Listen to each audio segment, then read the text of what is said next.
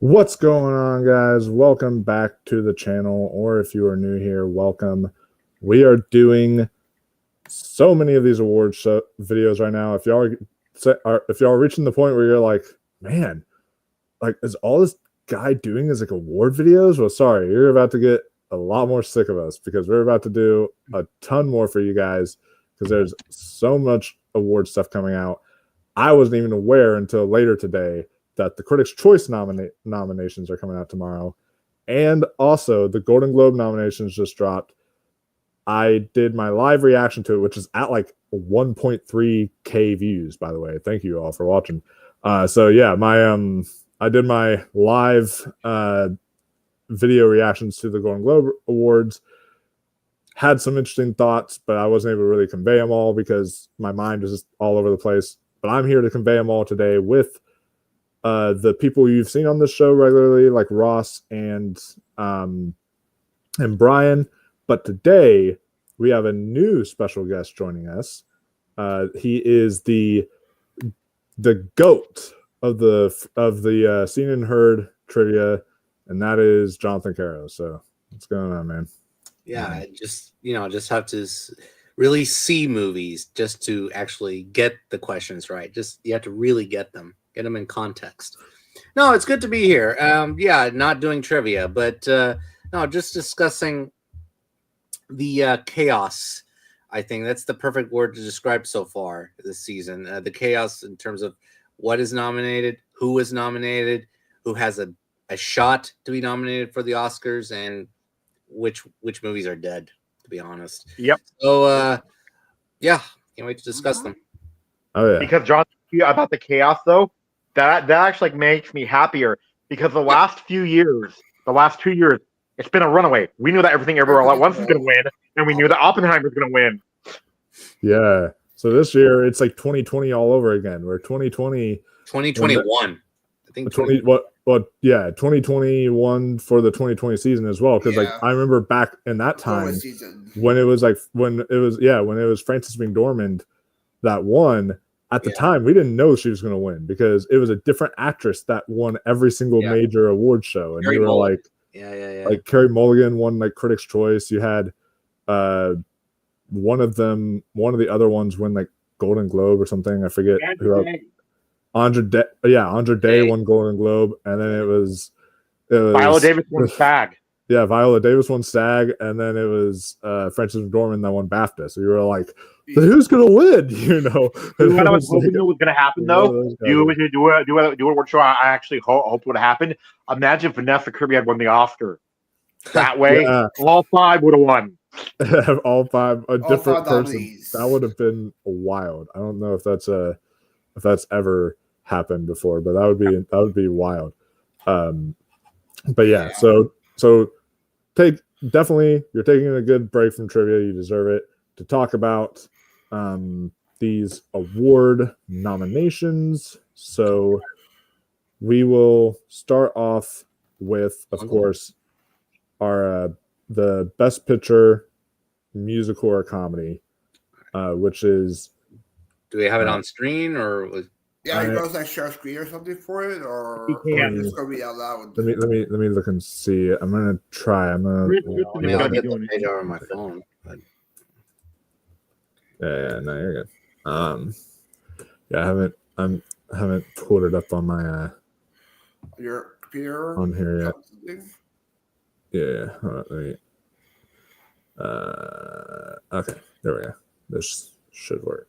Let me try it. I mean, I can just read off the names. Musical or comedy, right? Yeah. Real quick. All right.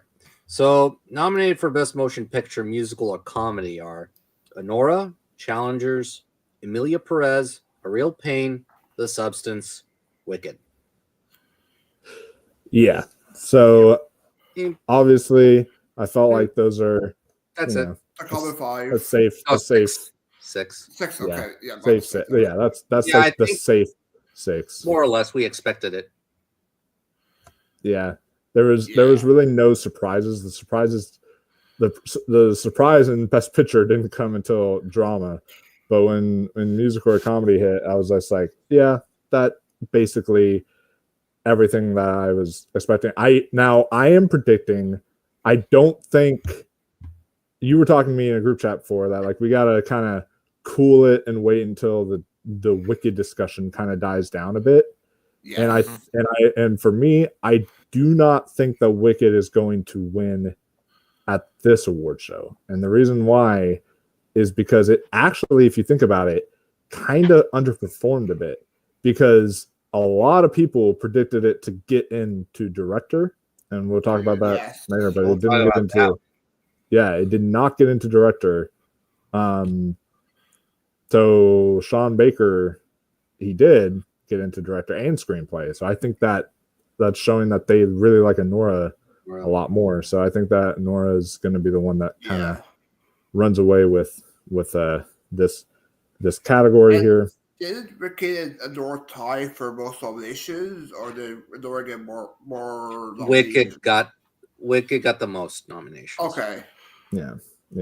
Oh no, I'm sorry, Amelia Perez. No, Amelia Perez. Yeah. Okay. Actually, now I'm so Tristan's not here to tell us his wild. Maybe he can tell us once he joins in here. But he's like, he told me that he thinks that the film that is going to win this award season, and he doesn't just mean Globes. He thinks Oscars and people are going to be upset out of their minds. He doesn't like the film, but he thinks Amelia Perez is going to win. Like he's just the kind of person that thinks that he is thinking that like because it got 10 Globe nominations, which is the record, by the way. It now has the record for the most nominations for a movie in a musical or comedy category. So it is with 10 nominations at the Globes. So if it gets the most nominations at the Oscars and most nominations there, and then it's showing that the discussion for Amelia Perez has not died down, and people are still and maybe the controversy it might actually help it. Controversy. And then also too, though. Actually, how so? Just because like, people may not even watch it, they may be like, "Oh, I want to like vote for it because this is like controversial," or they might look at it as like a thing of like. For example, a good example of it is my friend when he went to go see Civil War with me. He was saying how he actually didn't like how they didn't pick a side. He thought they should have picked a side, and he was like, the reason why is because controversy sells. So if you make something that's controversial, it's going to sell more than something that's just playing it safe. And so the controversy in this case is probably going to sell to awards voters and could potentially. Yeah, but I think that, I mean, look, the industry loves it for some reason. I guess it just wants to celebrate itself, the artistry itself. But also, I think the other side of the coin is that I don't think they're ready to award a Netflix movie Best Picture. That's true. And if they're gonna, You're right. Yeah. If they're gonna pick Amelia Perez as the very first Netflix movie to win Best Picture, that would be like an underwhelming historic moment.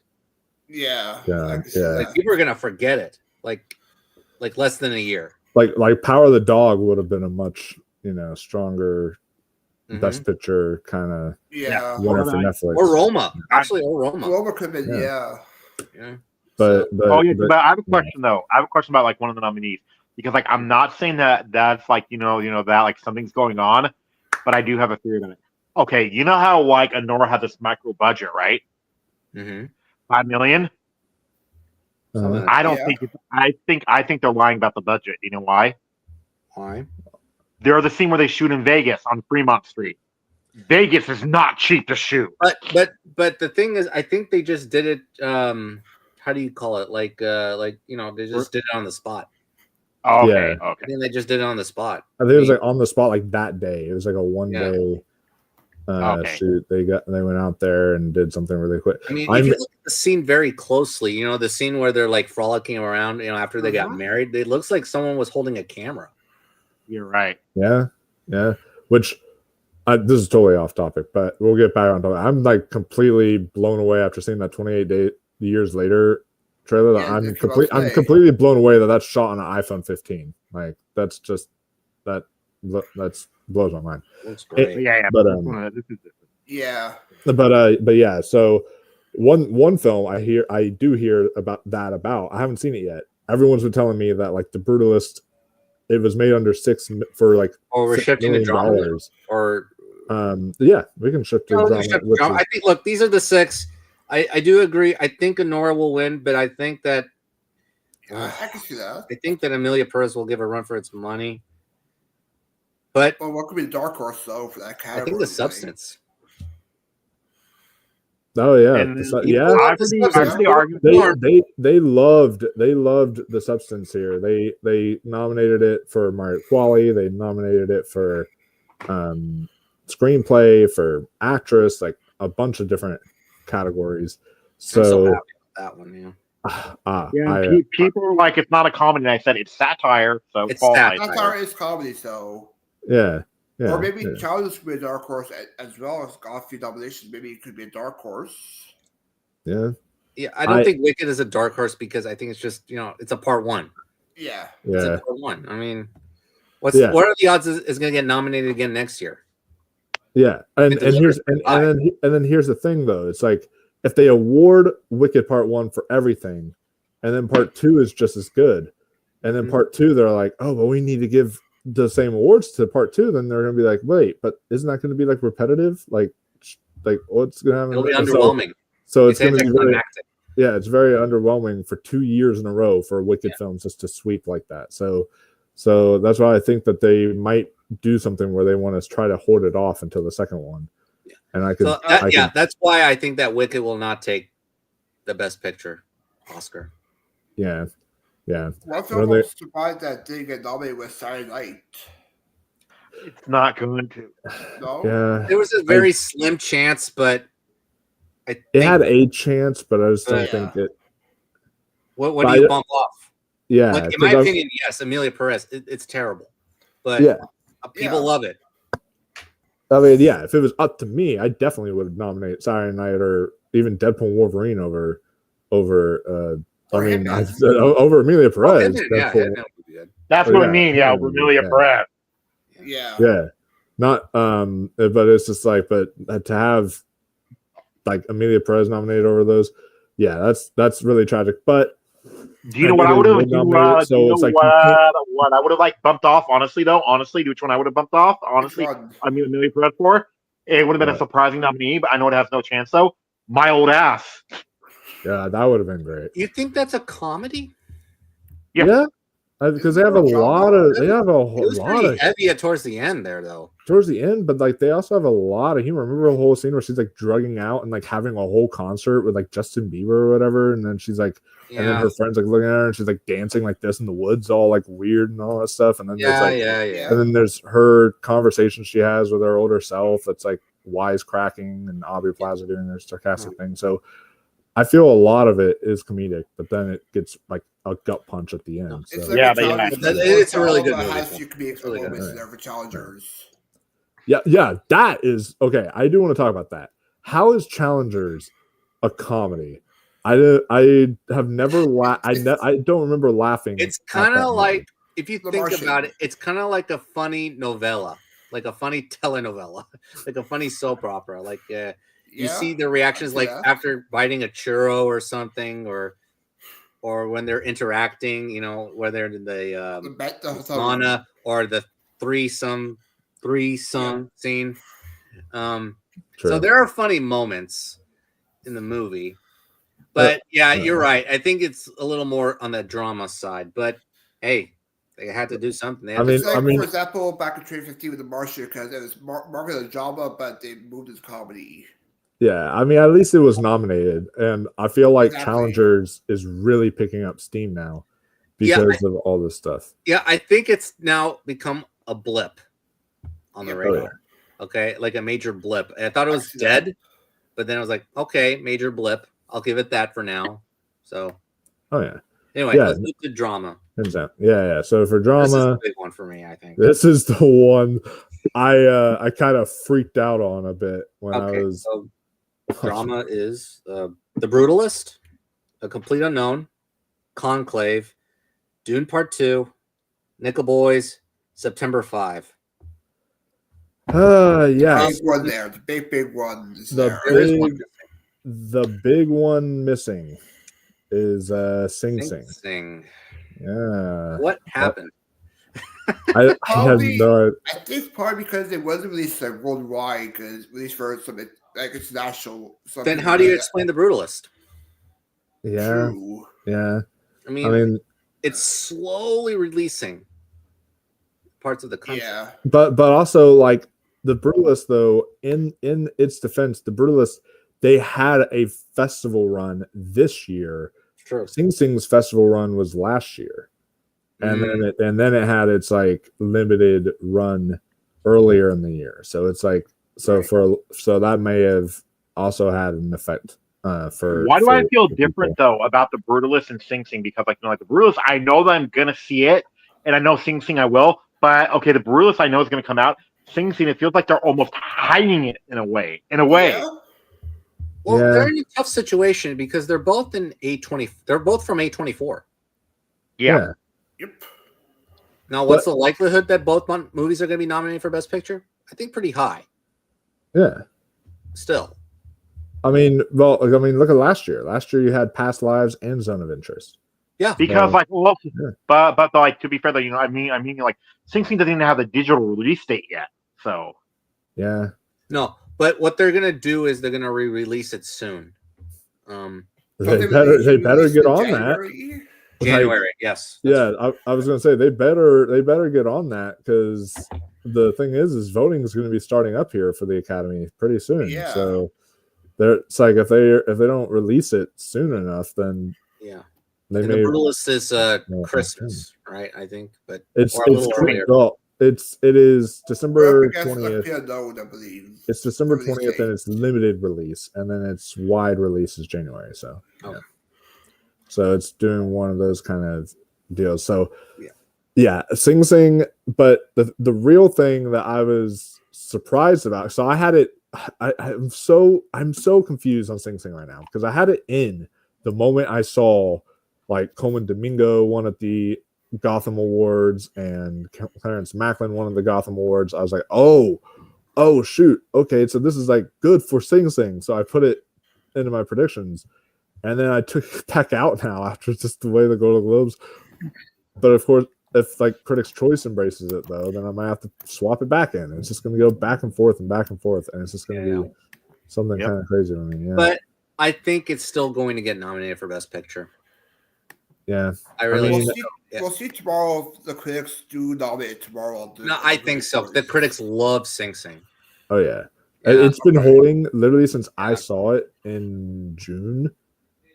It's been holding a like a 4.3 on Letterboxd like the whole time, and like a lot of a 98% on Rotten Tomatoes or something. It's been holding that for like a long time. So like people are really, really loving it. And people, critics, hey, they're united on Sing Sing. Yeah, so I guess you could say they're singing the praises of this movie. And they must enjoy it being done, because it's called that for Best Picture, Best Actor as well for Jabba, or could be unknown. Yeah. But like A Complete Unknown is starting to pick up. Yeah. It is. Yeah. A Complete Unknown definitely is picking up steam with it getting into the AFI 10, with it getting in here, with it getting into MBR. Like there's a lot of really good spots that's been needing to get. Yeah. And so I have A Complete Unknown in my pictures slot, but like man, September 5, that's a weird one. That's one I was not expecting to pop up in there. Well, do you think Have you seen it yet? Or I did not, because I was going to go on Monday to the Monday Mystery Movie, and because apparently that ended up being September 5, and I wasn't able to go because I did the Die Hard recast video with on Jordan's channel. So I was like, okay, then I'll prioritize you guys over the Mystery Movie, and I missed September 5. Damn it. I was like, damn, yeah. But the word of mouth, I think, is just it's good. Yeah, it's just good. Dad's a big fan of it, because I know he. We're gonna wait. We're gonna have to wait a long time. We're gonna have to wait a while too to see it. Also, really? Yeah, it's not out this Friday. I think Paramount Strategy is to do the limited release, and then they expanded in January, I think. Yeah. Oh, okay. All right. Because it was supposed to have a limited theatrical release on November 29th, expanding wide 2 weeks later on December 13th. It would shift it again to a limited release on December 13th before expanding wide on January 17th. Oh shoot. Well, at least I'll still get it pretty early because it did get in at best editing at the Independent Spirit Awards. So hey, send me that screener so I can vote for it. So there you go. I might get an FYC for it in case the critic. Yeah. True. Yeah, I might get a FYC screener. So yeah. I think we all know the story about Conclave. Yeah, it's still I think it's still up there, like top 3 for sure. Oh yeah, I think that it's definitely one that is picking up steam, and especially here, it got in for Isabella Rossellini and other people like that. So I think honestly, I could see an argument to where I think it's between The Brutalist and Conclave. I think those are the 2 winners here for Best Motion Picture Drama. And also Conclave, also Peacock on Friday. Yeah, it dropping on Peacock can also help. People can see it. Voters can watch it on Peacock at home. That's a good point, and that can definitely help. And I just feel like, I feel like if you look at everything, all the package that they both got, they were almost equal with one another. But Conclave may have done even slightly better. I don't know. I feel like Conclave really overperformed here, and so. And Conclave could maybe give Ray Fiennes his award maybe for best. And then I also do want to throw out, and I something too is that, and I've not seen The Brutalist. Maybe it is kind of, and I'm not a masterpiece. Maybe it's a masterpiece. Maybe it's political. I don't know. But I will say, when it comes to politics, and I know these awards are heavily political when it comes to some of their decisions and all that such, Conclave is a very political movie in the time of an election that we just had. And so something like that may push Conclave to the edge to get the victory all of a sudden, because they may want to have them up there to say a speech about voting or to say a speech about something like that, or the election or what happened there. They may want to do that to make this all pan out. And speaking of politics, we got Sebastian Stan got some nomination for The Apprentice. Yeah. Well, we could talk about that when we get to actor. I cannot wait for Nickel Boys though. I'm excited for Nickel Boys. I've heard a bit divisive things. People say it's excellent, and people say it's a little overwhelmingly too much. Yeah. Because I heard because I've heard though the people that love it, it's their number 1 film of the year. I've heard that. Yeah. People who love it, and the people who are not high on it are just kind of it's okay. I've not heard an outright hate for Nickel Boys. I've heard except for one person. That's I've heard it today. Oh really? Was it Rex Reed? No, it's Snyder. Jeff Snyder. Well, he was the one who said that stupid thing about women talking, so he can't talk. Yeah. But also Balduras is almost 4 hours as well. People might be afraid. When he said that, do you really think a bunch of men would vote for the writing on women talking? No, he says. I would. But no, but in terms before we move on, I think that drama, I think it is between 2 movies. The Brutalist and Conclave. Yeah.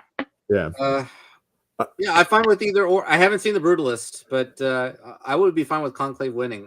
Even though Doom Part 2 is a little better, in my opinion, Conclave is a really good movie, and it's a really exceptional, well-crafted thriller. Oh, yeah. So. Yeah, I would be completely down for that. And to bring up your point about, because Brian brought up something earlier, he said, well, maybe the 3.5 hour runtime would be intimidating for them. And but if you look at it though, last year's winner it was only 30 minutes shorter. It was 3 hours. minutes or 55 minutes because Bruce is 3 hours 55 minutes. No, it's 3 hours and no, it's 3 hours and 30 No? minutes. Okay, my mistake. Unless you're counting the intermission, but Yeah, with the intermission, it might be like 3 hours and 55 if you count the intermission. But here's the difference. You see, I think people were intimidated with Killers of the Flower Moon last year. There was no intermission. You see, now you give people a break with the Brutalist. That's true. That's true. See? So that could be a slight difference there. So you could like take a break, take it in, and then go on to the second half of the movie.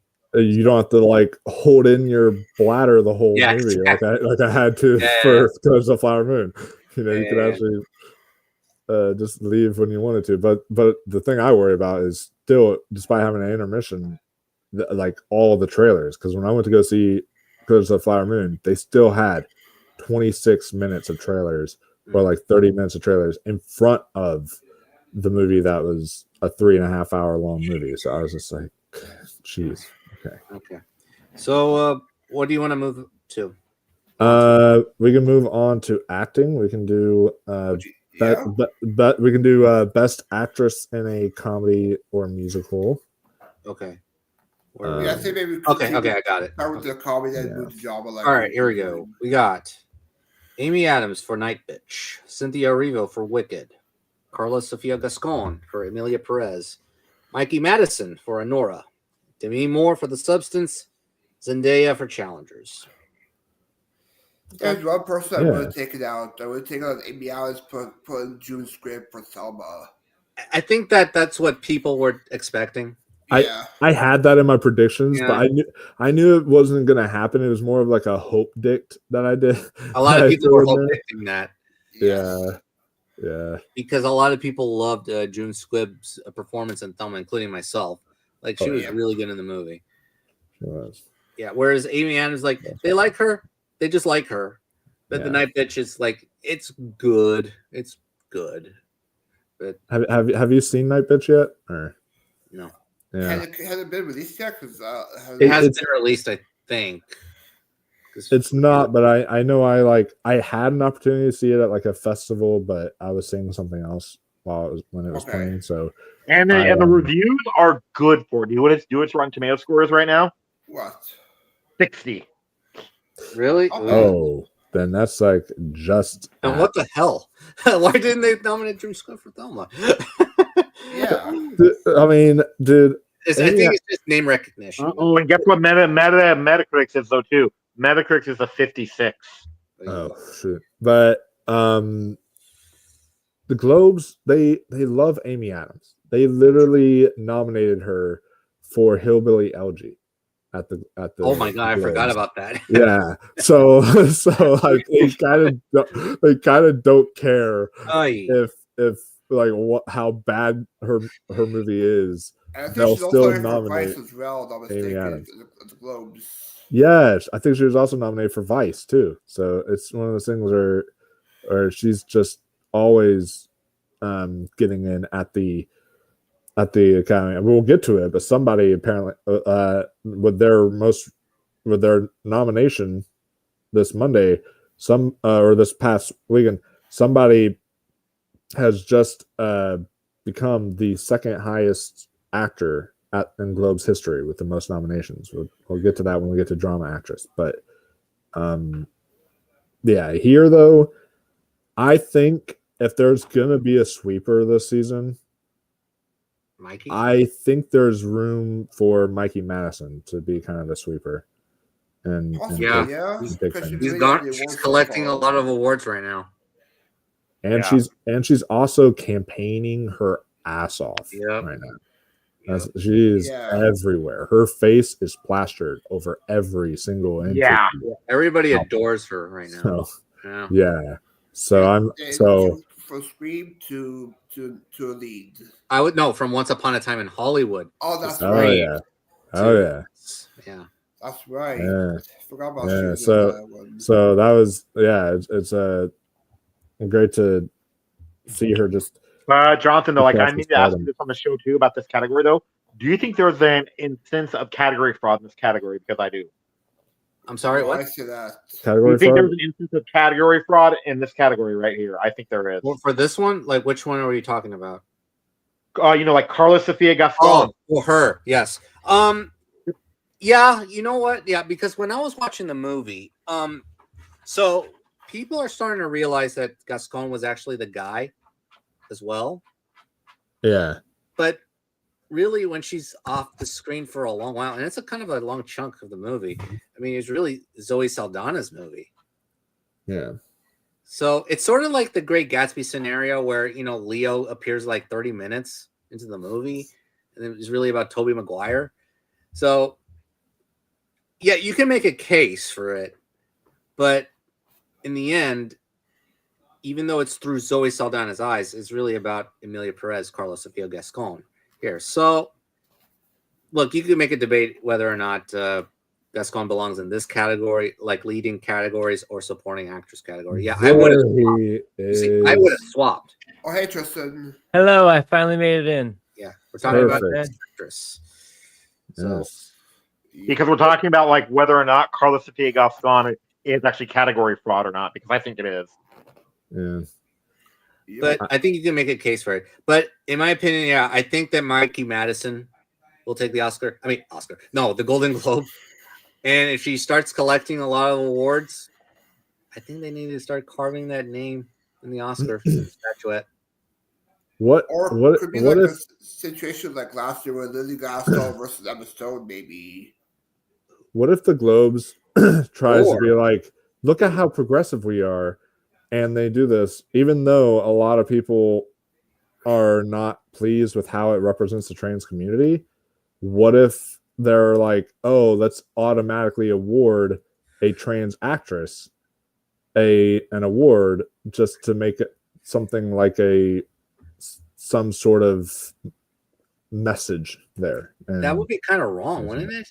I mean, like, okay, here you go. Here's a participatory Golden Globe Award. Here you go. You're better than all the better performances like Mikey Madison or Demi Moore. It would be, but like, I mean, it would be, but also the awards are not past doing that. Like, they've done that plenty of times where they were like, give those we're sorry noms like awards. Like, you can argue whether Brendan Fraser or not was deserving for The Whale, but like that pretty much was a Brendan, we're sorry, here you go, we love you kind of thing, more so than just straight up for the performance itself. Yeah, but the difference between that and this is Fraser was in a cloud of controversy for years though.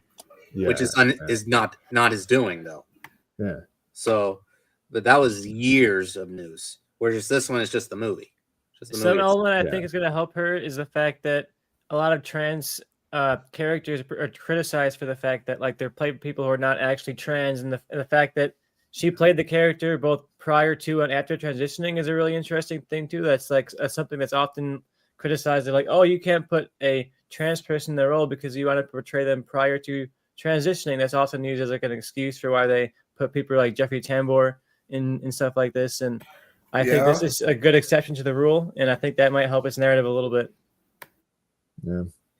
But in the end, I think Mackie Madison will take it. But the dark horse, this is a tough. Zendaya? No, I'm gonna say Demi Moore. Yeah, I think narrative is strong this.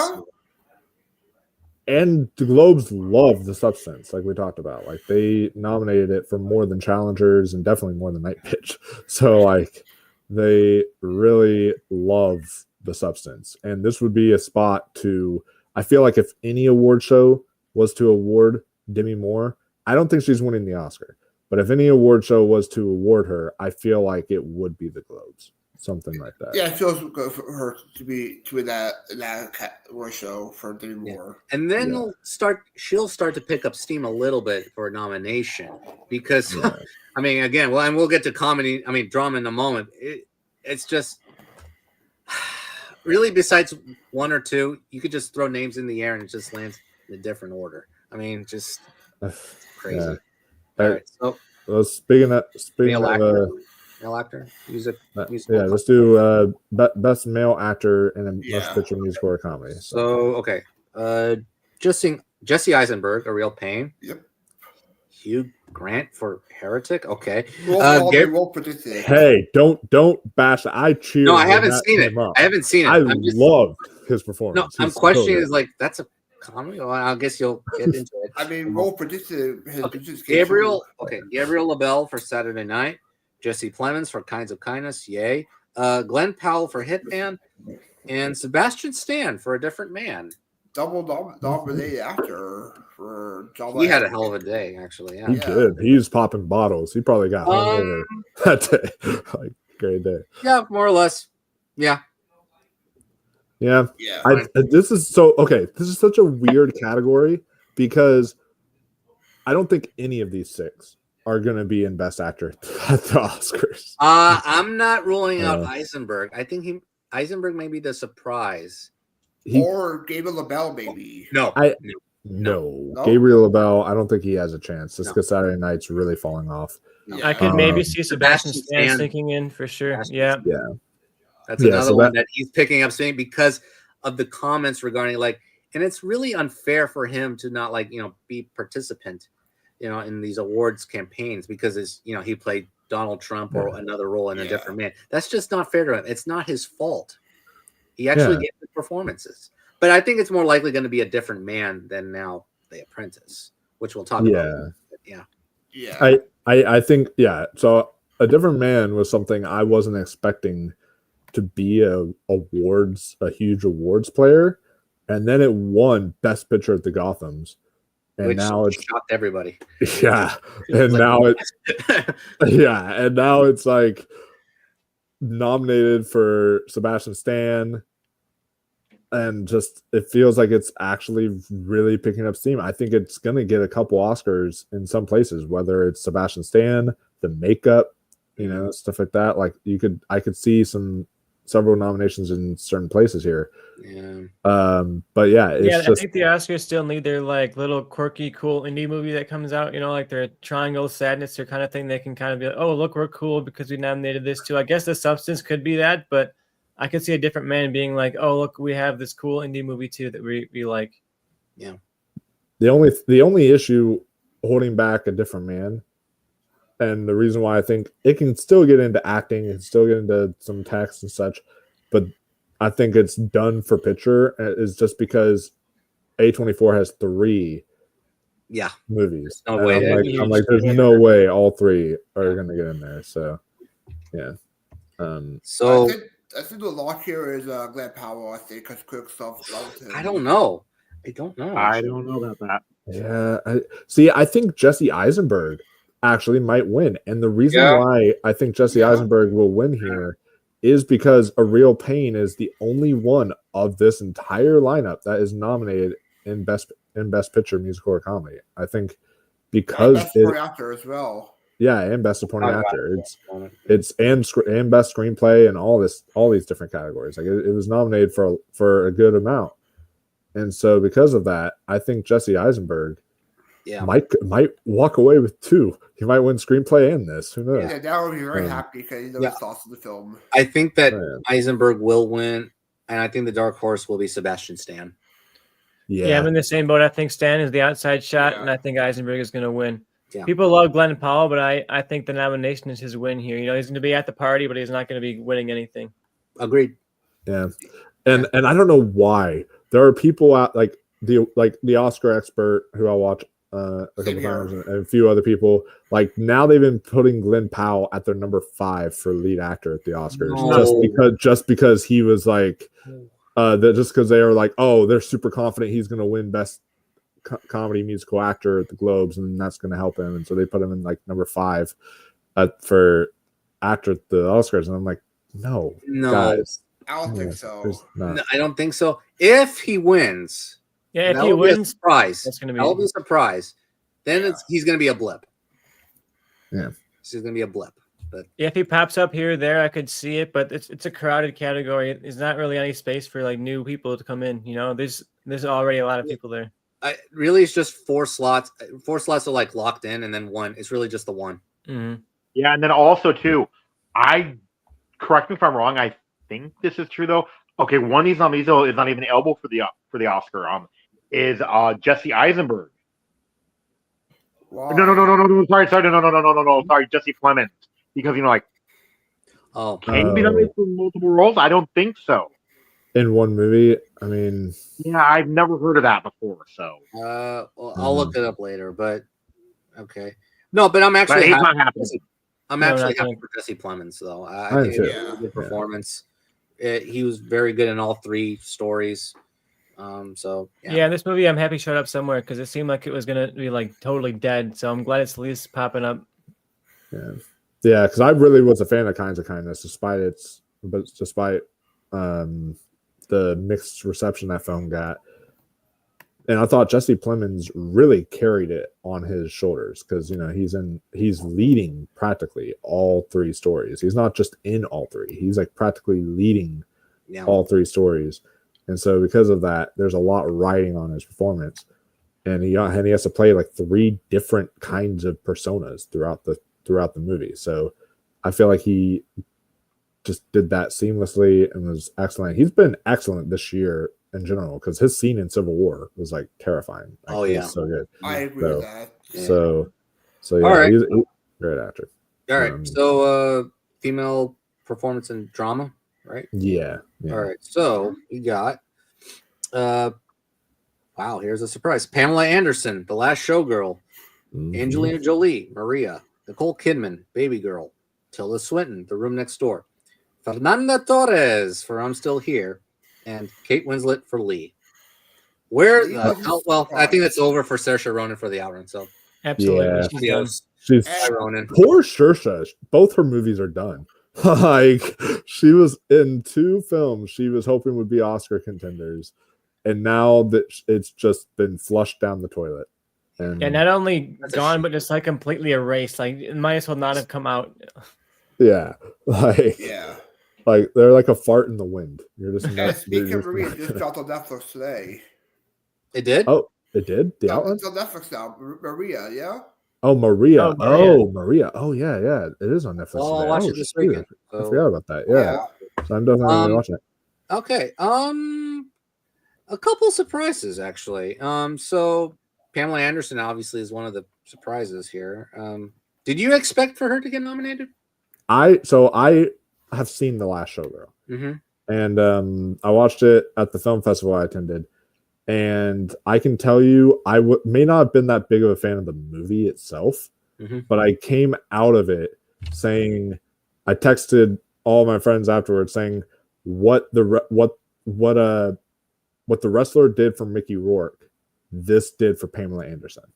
Like, it was that kind of level where like Mickey Rourke was at a stage of his career where it's like he's not even doing anything. Like, nobody was really interested in him anymore. And then the wrestler comes out.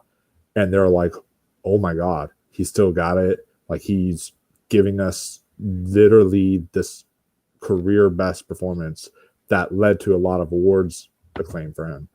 And I feel the same kind of narrative playing out with Pamela. But the thing is, I feel like it's only going to be at these like you can kind of count Globes now. The new Globes is like a critic award kind of thing. I feel like it's going to be kind of like a more critic-y kind of pick rather than something that's going to be more mainstream like SAG or something like that. She could surprise at like BAFTA since they're like journalists that like vote for that or whatever. She's going to be more of like the smaller kind of award body person, but she's not going to be something big at the end of the day. I think the field is too crowded. If Demi Moore didn't have the substance this year, I would have said Pamela Anderson is getting the 5th slot, the Oscar, because they always do that.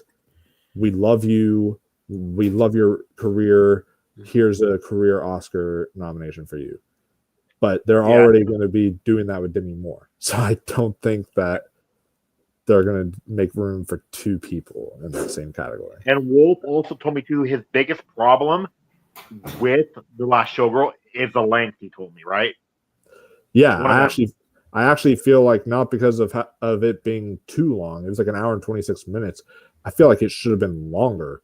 I was like, there was so much stuff that was like, just felt like it was cut for that was like one person hated one person, then the next scene they're like, oh, we're actually friends again. I'm like, wait, what?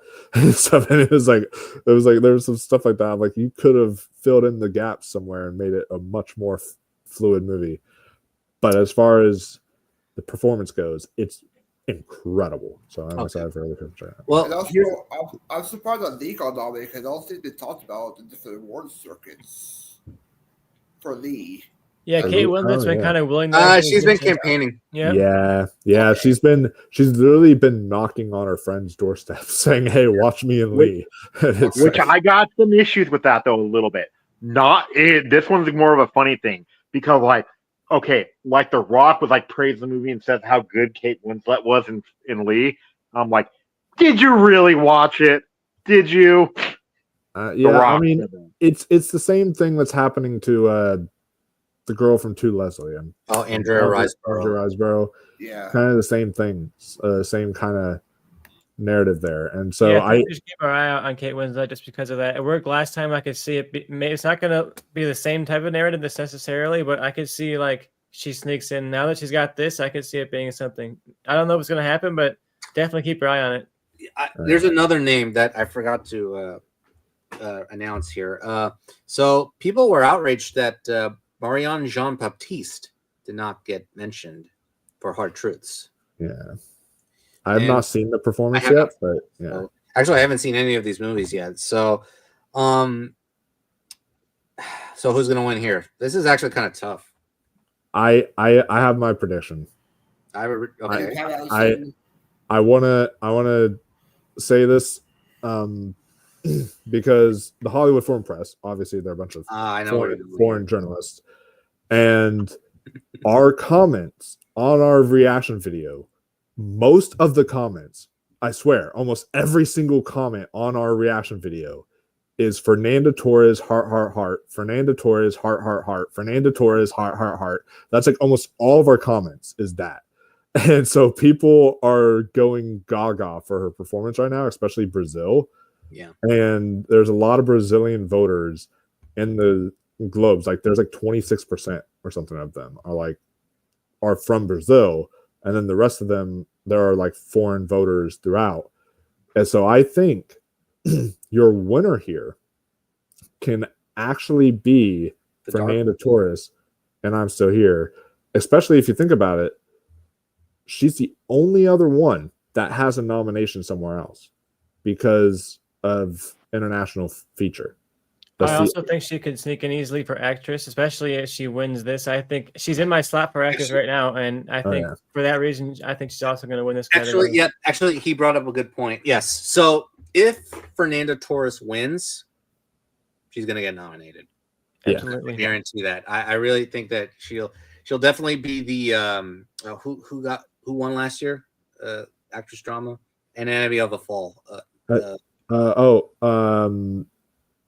Sandra Hüller. Sandra Hüller, thank you. Yeah, so she would be the Sandra Hüller this year. Yeah.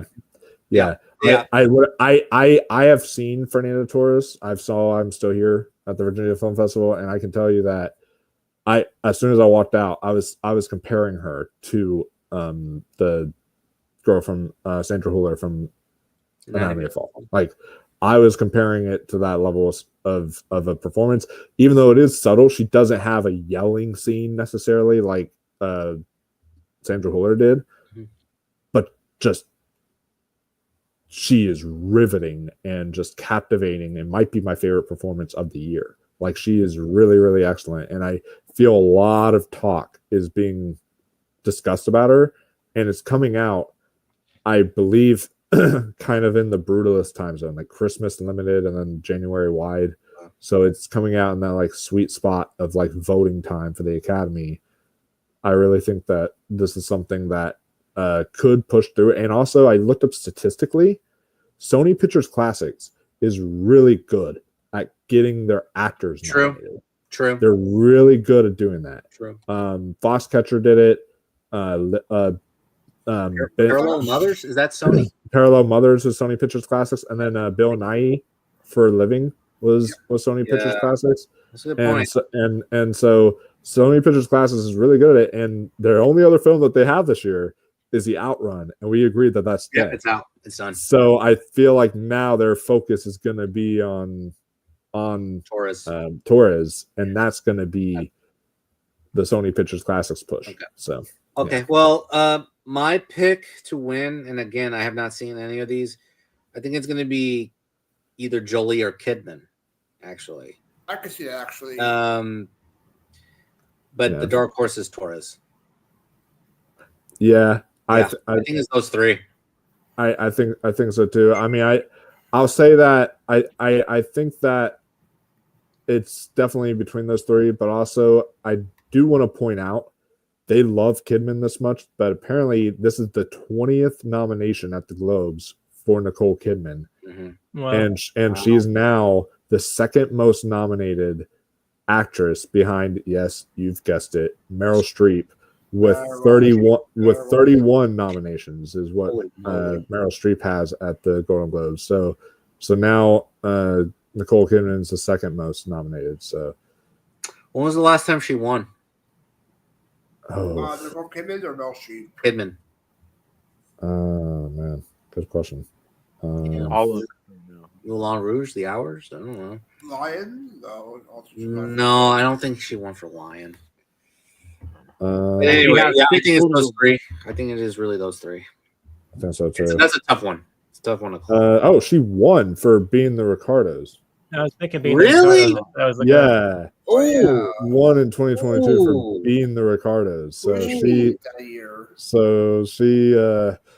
okay then. May her. I think it may be Jolie then. yeah. I mean, so they definitely love Nicole Kidman. That is, yeah. They'll give it to her for that. They'll give it to her for anything. You know. Yeah. I mean, they love Nicole Kidman so much. She's the ad person for AMC theaters. Yeah, exactly. Oh, yeah. All right, let's move on to actor drama. Yeah. Okay. Which is this is good. This is a good one actually. Oh, yeah. So Adrian Brody, The Brutalist, Timothy Chalamet, A Complete Unknown, Daniel Craig, Queer, Coleman Domingo, Sing Sing, Ray Fiennes, Conclave, and again Sebastian Stan for The Apprentice. good job. Man. Sing getting something at least. You know, holding on to the surface. Yeah. See, now this has messed me up because after the Gotham Award win for Coleman Domingo, I was saying like, oh, like he could actually like win the Globe or he could actually win, one of these other major award bodies. I didn't think he was. I wasn't ready to say he was going to win the Oscar, but I was like, maybe he could win like the Globe or something. I don't think. And now, after the way Sing Sing performed, I just don't think that. He's always going to win that one. I don't think it's going to happen.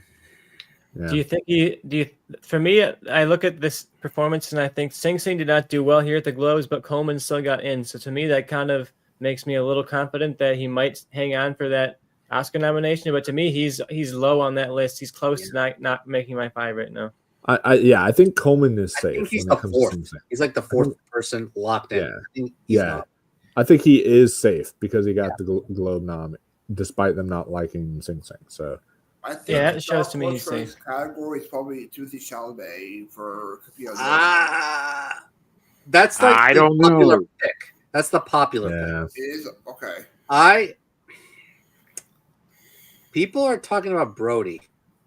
Yeah, that's what I'm hearing as well. Yeah, but then there's Ray Fiennes. There's the moment like, okay, what about Ray Fiennes? Like he needs to start winning the Oscar. So yeah, but also like. But also like the Oscars and such, and even the Globes to an extent. I mean, if they fucking gave it to Nicole Kidman for being the Ricardos, this is true. But they love more showier kind of work and everything. If you're showy with your performance, and I will say Ray Fiennes is very subtle. Yeah, in Conclave. So. Very good though, but he is subtle. Very good, but he's very subtle. Like there's like one scene where he screams at like, but this confrontation has happened, and it's like lasts like 5 seconds or whatever. He like yells once, and it's like that's like this whole scene. Everything else is very subtle. But he does have the crying though. He does have the crying scene. I guess. Yeah, he does have Yeah, one. he does. Yeah. I think if Well- you're talking about which one does the most, it's going to be Craig. If they're going for, they want the person who gives the most performance and does the most like biggest acting. I think it's probably Craig. He changes up his voice, his face. He's very like personally invested in this project. He's a producer who helped get this whole thing going in terms of adapting this book to the screen. And I think the transformative nature of his performance makes him, to me, like a really strong outsider. No one's really talking about Craig to win, but I could see that being a surprise because, like you said, they like the most acting, and I think Craig gives like the biggest, showiest performance, at least from what I've seen. I haven't seen The Brutalist or Sing Sing yet, but I kind of feel like Craig is gonna be winning here. At least has a very, very strong outside shot to be getting in for it. Yeah, I don't have him as a dark horse, and he's basically the one like right now safe for the 5th slot, but I'm not sure right now because really I think Sebastian Stan and Jesse Eisenberg are on the heels of Craig right now for that 5th slot. And people are not really getting queer, to be quite honest, because it is critically, it's kind of mixed. So now to win, I can see Brody happening. I mean, people love Brody's performance here. And I think Timothy Chalamet, that's the popular pick. So in my mind, I think it's between those two. And the dark horse would be, I guess, Domingo. I think, yeah, it feels like Timmy's win to me because it's a classic biopic. He's singing a lot of it, and he has that kind of narrative of like he's been in the talk for a while.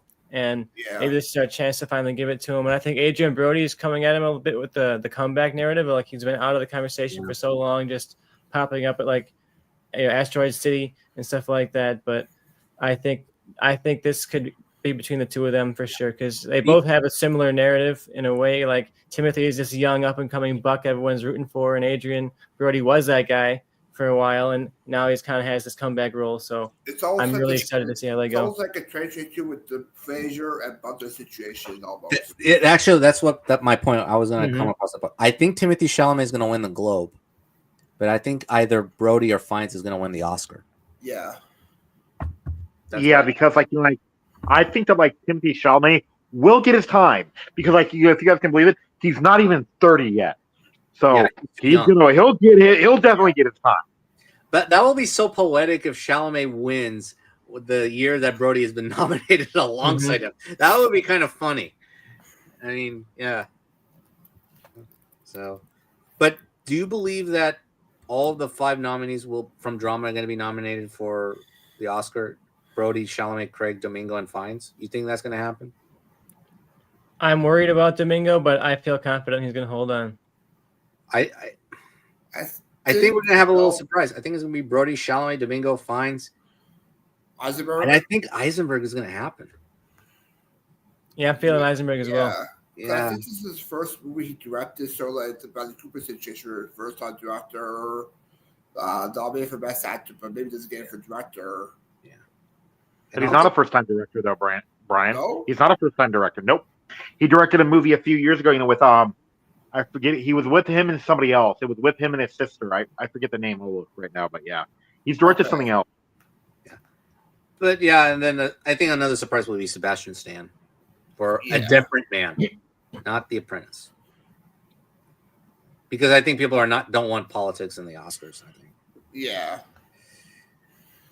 Yeah, I think if he gets in, it's definitely for Different Man. And I think Different Man has a really good shot to sneak in for just a couple of nominations here and there and be that, like I said, that cool indie they show some love to. So I think it's great to, like, it's hard when there's just that one slot left and everyone's fighting for it, Yeah. It'll be a walk hard. Yeah, all the way down to like the day of, we're not going to know who has that slot, I think, because these nominations have been all over the place. Okay. Where do you want to go to next? Supporting actress, or you want to go to director? Supporting actress. Yes, supporting actress. Actress next. Okay. Supporting actress. Yeah, she made it. Selena Gomez, Emilia Perez, Ariana Grande, Wicked, Felicity Jones, The Brutalist, Margaret Qualley, The Substance, Isabella Rossellini, Conclave, Zoe Saldana, Amelia Perez. So, yeah, kind of expected it, to be honest. I'm really rooting for Margaret Qualley to make it in for the Oscar. I hope this gives us some momentum because that would be a great, I hope so fun too. nomination. I hope so too. Like, I want to just. I'm sorry to Selena fans, but I think she's gonna Selena Gomez will not be nominated for the Oscar. I don't think she's gonna get nominated. Stuff for me is Dana Deadwater. I think she's still in the conversation. She is. Yeah, I think so. I think her and also there's another one. Shoot. Angelina Ellis Taylor? Yes, for Nickel Boys. Mm-hmm. I think they're both still in conversations because there's been controversy, like racism. Yeah, a little controversy there.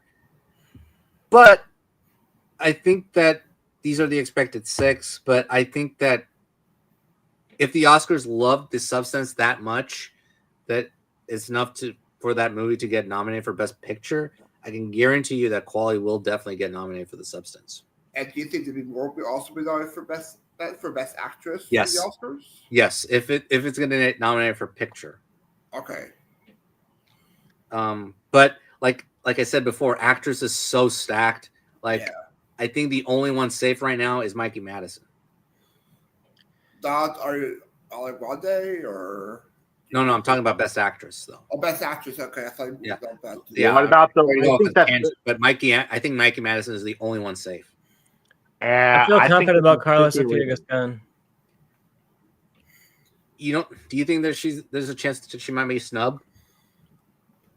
I think those two are pretty safe. I think especially because Amelia Perez seems to be performing fairly well at all of these shows, and I'm confident in Amelia Perez, especially just like the fact that she is Amelia Perez, like she's the centerpiece of the movie Amelia Perez, and I feel like if Amelia Perez sticks around a picture, they got to put Amelia Perez in there. But who was the big snub last year?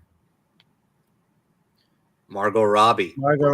Yeah. Barbie. See, I mean, do you think that Cynthia could get it for actress or no? I don't know. Yeah, to me, Cynthia is more the connection to Barbie here. Because I think Cynthia is very much on the cutting. Because I don't know. Everyone's talking about Ariana Grande, not so much about Cynthia. Yeah, I don't know because people say Mariana Jean-Baptiste should be nominated, and then there's Fernanda Torres who should be nominated, and then there's another. There's a lot of people who should be nominated for Best Actress. So it's really up in the air. But anyway, back to supporting actress. But I think Grande. I think Grande walks it off. Yeah. Sweeping the supporting actress this year. It's really Grande, and then Saldana is definitely on her heels. But I think people. You know what? I may take it back. I think Saldana may win because Amelia Perez. Yeah, and Wicked. It's tough. It's going to be tough because Ariana Grande seems to be what is Wicked's like biggest shot because everyone's really loving Ariana walking out of that saying if they're mixed about anything else, they're going to say, well, Ariana was great though. And but I also think Zoe Saldana is very great in Amelia Perez. And she's, especially in the first half, like if you're a voter and you like turn on Amelia Perez, you're like, oh, I've heard this one's great. And you're like, the first thing you're going to think is how good she is in that movie for the first few minutes. She kind of dips off, I feel like, towards the second half of the movie. Yeah. Which might hurt her a little bit. Yeah. But I think it's definitely those two. And it's hard. Like every second I'm talking, I want to pick a different person to win. But yeah. Hey, in my opinion, I think for me, in my opinion, it would have been between Grande and Margaret Qualley. So, and Rossellini, even though she's in like 7 minutes of the movie, she's great in those 7 minutes, and she really lingers with you throughout the film. So, yeah, that would be interesting. But I think it's Grande or Saldana, and I don't think there's a dark horse, to be honest. No. Yeah. No. But yeah, I would love for Qualley to be nominated for the Oscar. Qualley's who I'm really rooting for. Yeah. She's had a good year this year. Yeah, she's had a good year. Yeah. Even though I wasn't a fan of Drive Away Dolls, but no, she's had a good year. Oh yeah, too. And Tristan, I don't know if you were here. Like Jonathan actually brought up a good point on why Wicked will not win Best Picture. Why is that? It's part one. I think that's the biggest thing holding it back over anything else is the fact that there's another movie literally next year, like coming on its heels. Yeah, you know? we're gonna have 2 anticlimactic years. Like, oh, we're gonna give it a Wicked Part 1. Oh, okay, Wicked Part 2. It's the Oscar for Best Picture. Okay. But also, Tristan, though, like you were going to bring this up. You said on why you think Amelia Perez could actually win Best Picture, right? I do. I think Amelia Perez honestly has a. No, people don't want to hear about it because the internet hates Amelia Perez so deeply. But I think it has an interesting shot with this narrative of 2 musicals in the same year. And like, if you have Wicked Part 1 versus Amelia Perez, are people going to think, okay, what's the cooler musical here? You know, I think Amelia Perez has that cooler energy where it's like, oh, it's the outsider musical with the weird songs and, you know, the weird direction that doesn't quite feel as polished and shiny and corporate as Wicked does. I wonder if people are going to vote for that narrative. I also think just like the feminist angle of it with this strong cast of all women coming out at a time when it seems to be like, you know, politically we're leaning very much towards like a feminist divide in politics. And I think like last time when Trump won, we started to lean towards like these police commentary movies and like these inequality commentary movies on that side. I'm wondering if now we're going to switch over and start leaning towards like gender inequality movies getting a lot of acclaim. And they say they don't want politics at the Oscars, but yet they always are like rewarding political movies. So I think that this movie has a really good shot of surprising people, upsetting people, and being one of those movies. Like they've been going for Green Book, they've been going for Coda, they've been going for stuff that's like speaking on the heart more than like the artistic side. Oppenheimer almost feels like an anomaly in that point where it was so good they just kind of had to give it to Oppenheimer. But I think Amelia Perez is much more in line with what we've been seeing. It's Coda, it's Green Book. I don't think Amelia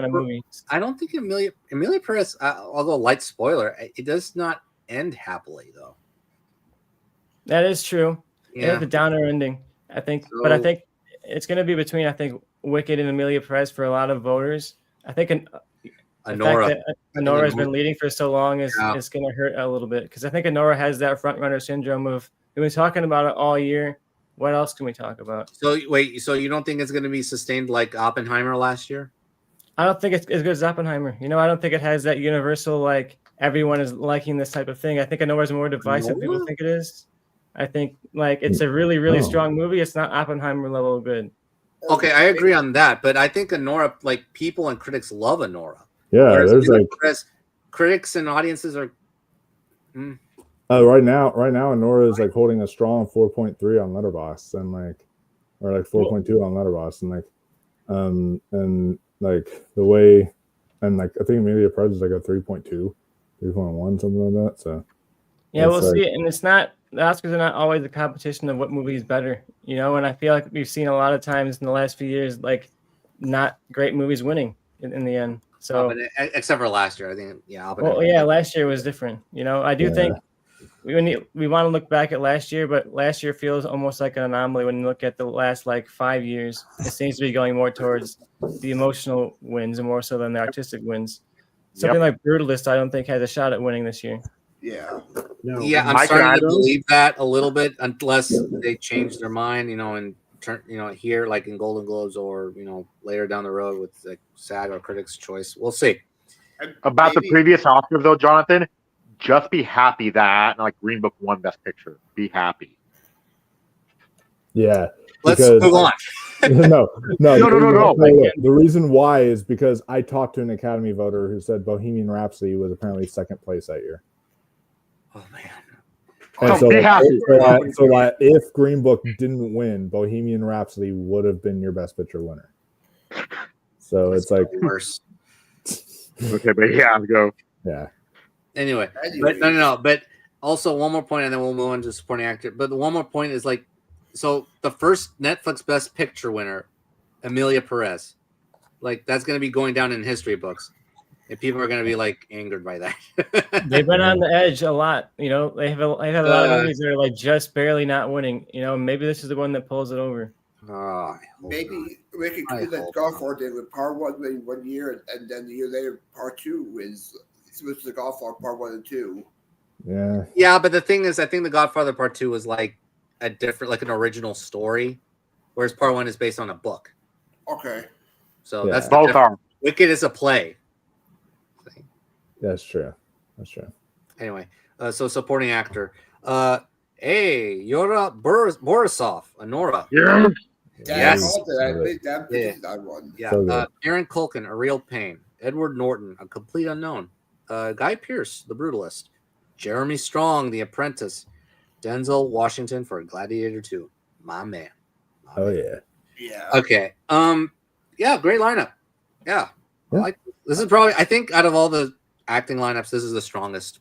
I mean, I will say though, obviously the big miss here Clarence Macklin. is Clarence Macklin. Yeah. A lot of people had him at like their number 2s to behind Kieran Culkin, Yeah. and it's now like, is he just? I don't know. Is he now like bottom 5? Like, what is happening? Like, it's crazy that he's just there. I thought there was going to be a narrative there, and now it's just kind of disappeared.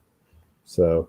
Yeah, I just don't see the runway for Sing Sing to come back at this point. It's not really showing up. It's showing up here and there, but it's not having like huge showings, And I think it's not going dead. It'll have a couple of nominations, but I would not even be surprised to see supporting actor miss. I wouldn't be surprised to see a missed picture at this point. It's A24 saying, "Oh, we're gonna push it." It's like, at what point are you gonna push it? And it's nearly January. Like, we're halfway through December.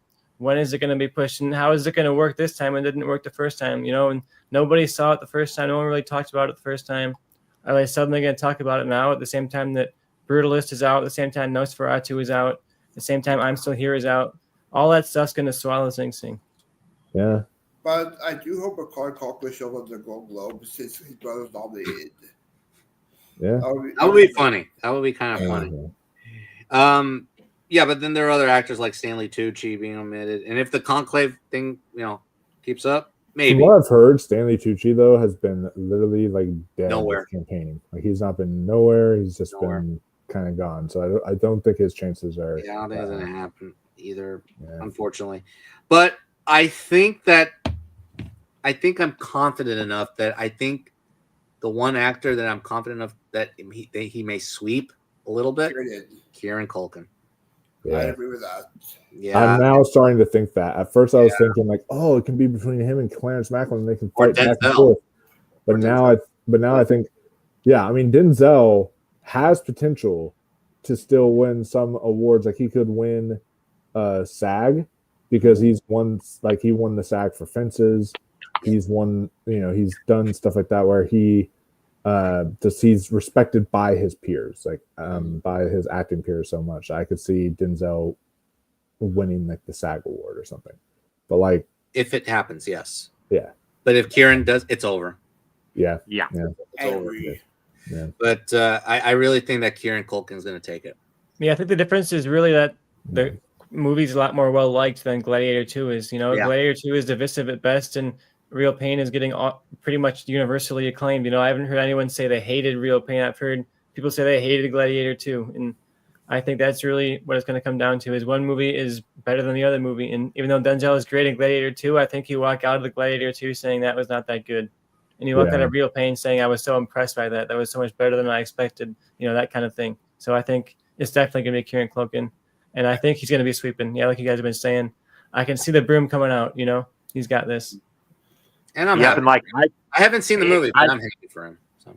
Okay, I could see though, like with the movie though, it's one of those movies too, like is where like you could literally put Jesse Eisenberg in supporting, and I'll go yes, and then if you put Kieran Culkin in lead, I'll go yes. You could flip flop because like it's like Planes, Trains, and Automobiles. Like is we're like, is there really a supporting in Planes, Trains, and Automobiles? Not really. Yeah.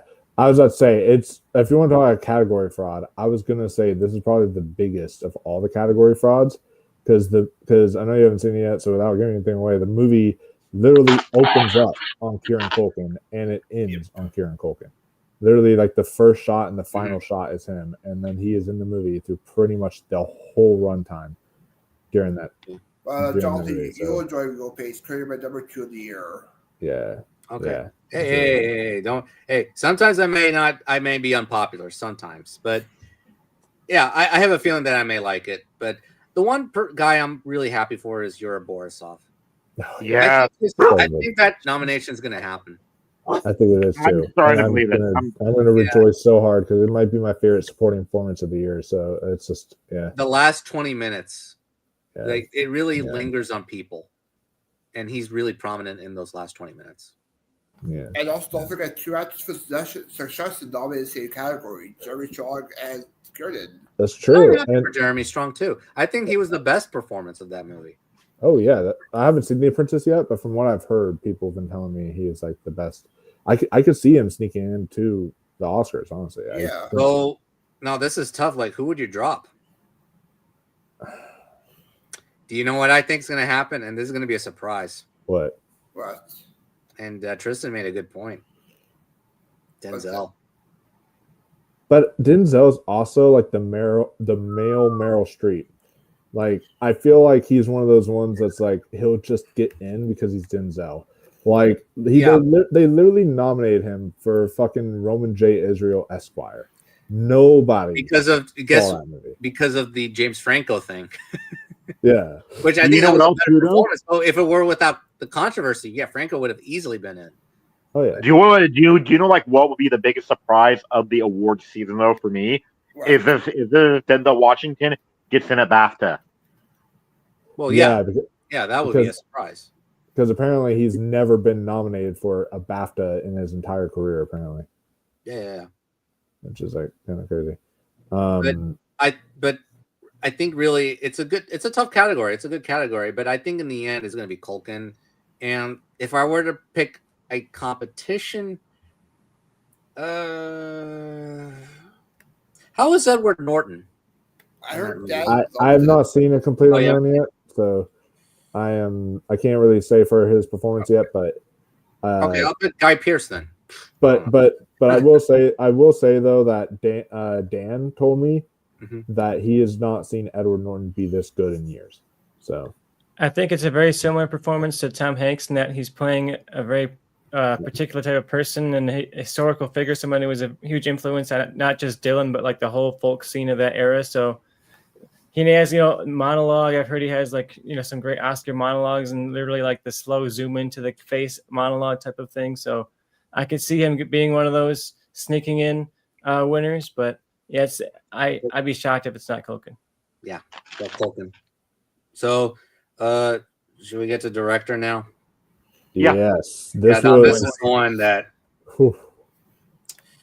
I was mad, to be honest. I was just really mad. Okay, so what the hell is he doing here? Jacques Audiard for Amelia Perez, Sean Baker, Anora, Edward Berger, Conclave, Brady Corbett, The Brutalist, Corley Forjat, The Substance, and Payal Kapadia?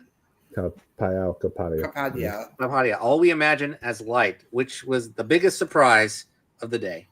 Oh yeah. Okay, so I want to point this out. What the fuck? I'm not mad about the Payal Kapadia. No, that's that's not the reason I'm mad. I was all like, oh, okay, well that's actually kind of cool. They just went with a cool surprise there. Like that's kind of surprising. The thing I was mad about is the Jacques Audiard. That's what I'm telling you, man. Amelia Perez is not going anywhere. And even when stuff like Denny misses, even when they're trying to cut stuff out of the director to fit somebody else in, they're not cutting Amelia Perez. That was my point is that Denis Villeneuve has been really campaigning. He actually has been really campaigning. Yeah. But at the same time, this not only is this category stacked this year, but then also it's just they didn't nominate him for the first Dune, and they might just skip over him again. And I feel like Dune Part 2, honestly, I'm gonna have a wild out there prediction. All right, I feel like if something does make room completely, and that's like one of the best picture films that we're talking about, that could make room for like something like a Sing Sing or one of these other, or like Challengers or something to sneak in there in the 10 for best picture, I think the one you drop is Dune Part 2. And the reason why I say that is because of it coming out so early in the year. Yeah. I feel like its conversation came and went. I feel like it's still not like in the limelight. I think it's gonna hold. It's gonna hold. Like it's like in the middle portion now, but it's definitely going to be enough to hold off. I Because think it's still in. I think it's still in. I just think it'll underperform, if that makes sense. okay, gotcha. No, I think it's going to be in for Best Picture. Director, like you said, it is a stacked category. I think the only two that I think they're like safe are Sean Baker and Brady Corbett. Yeah. Those are the only two that are safe. Like, it's really maybe Jacques Audiard, but I don't know. I don't know. It could be a maybe for Edward Berger. Yeah. I mean, but the other thing to look at when it comes to Jacques Audiard is, yeah, Amelia Perez is not a good movie, but he is apparently a highly acclaimed international director. Like, a lot of people love Jacques Audiard. So you think he's the international director to be nominated this year? Not like a sneaky out of the box pick. Like who won? Who's the Seed of the Sacred Fig director? Oh yeah, Mohammed something. I forget his Yeah. last name, but Mohammed was like his first Like name. I've heard good things about that one. I mean, I feel like he could, or Walter Salas for I'm Still Here. Maybe he could sneak in there. I've heard his name though. There's another stuff you guys are not mentioning. John M2 for Wicked.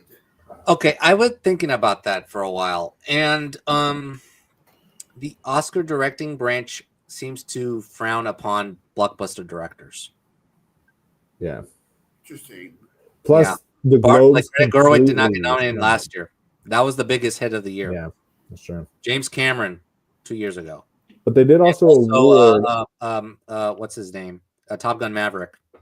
Joseph Kosinski. Yeah. And Wicked is well done, but it's not doing anything to the level of those movies in terms of ambition, in terms of crafts. You know, it doesn't. If it's not going to nominate like Top Gun Maverick and stuff like that, I don't. Unless they're just truly in love with Wicked and they're like, you know what, let's give it to him. There were some good musical numbers in there.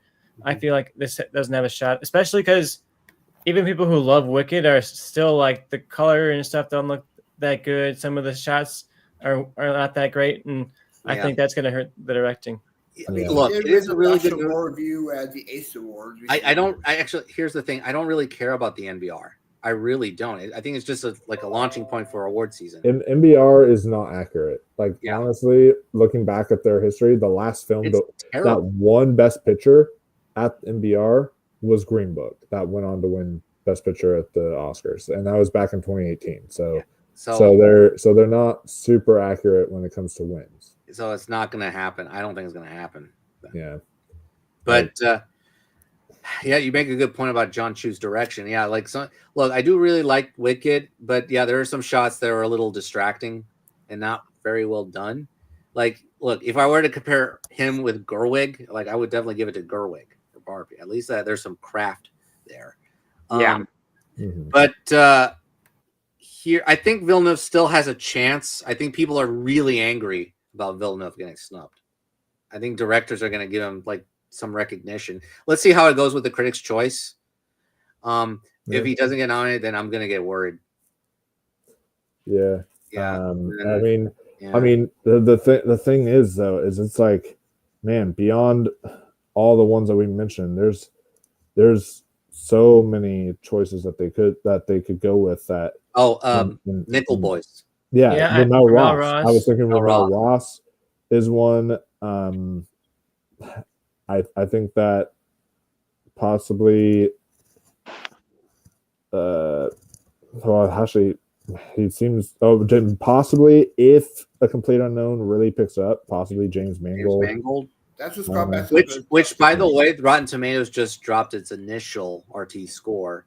Yeah, I think it's in the 70s. The last time I checked, which is it's good. Not bad. It's good. Yeah. We'll see how it picks up, but yeah, Mangold could be in the conversation. I don't think it's going to happen, but do you think Robert Eggers would be a surprise? A big surprise. I would love it, but I think they're already gonna focus all their horror stuff on the substance. That I don't think Nosferatu, other than cinematography and a few texts, I don't think it's gonna do much else. No, but I would still hold Villeneuve there in the conversation. And then I guess James has been saying stuff lately, so too that could hurt him too right now. Yeah.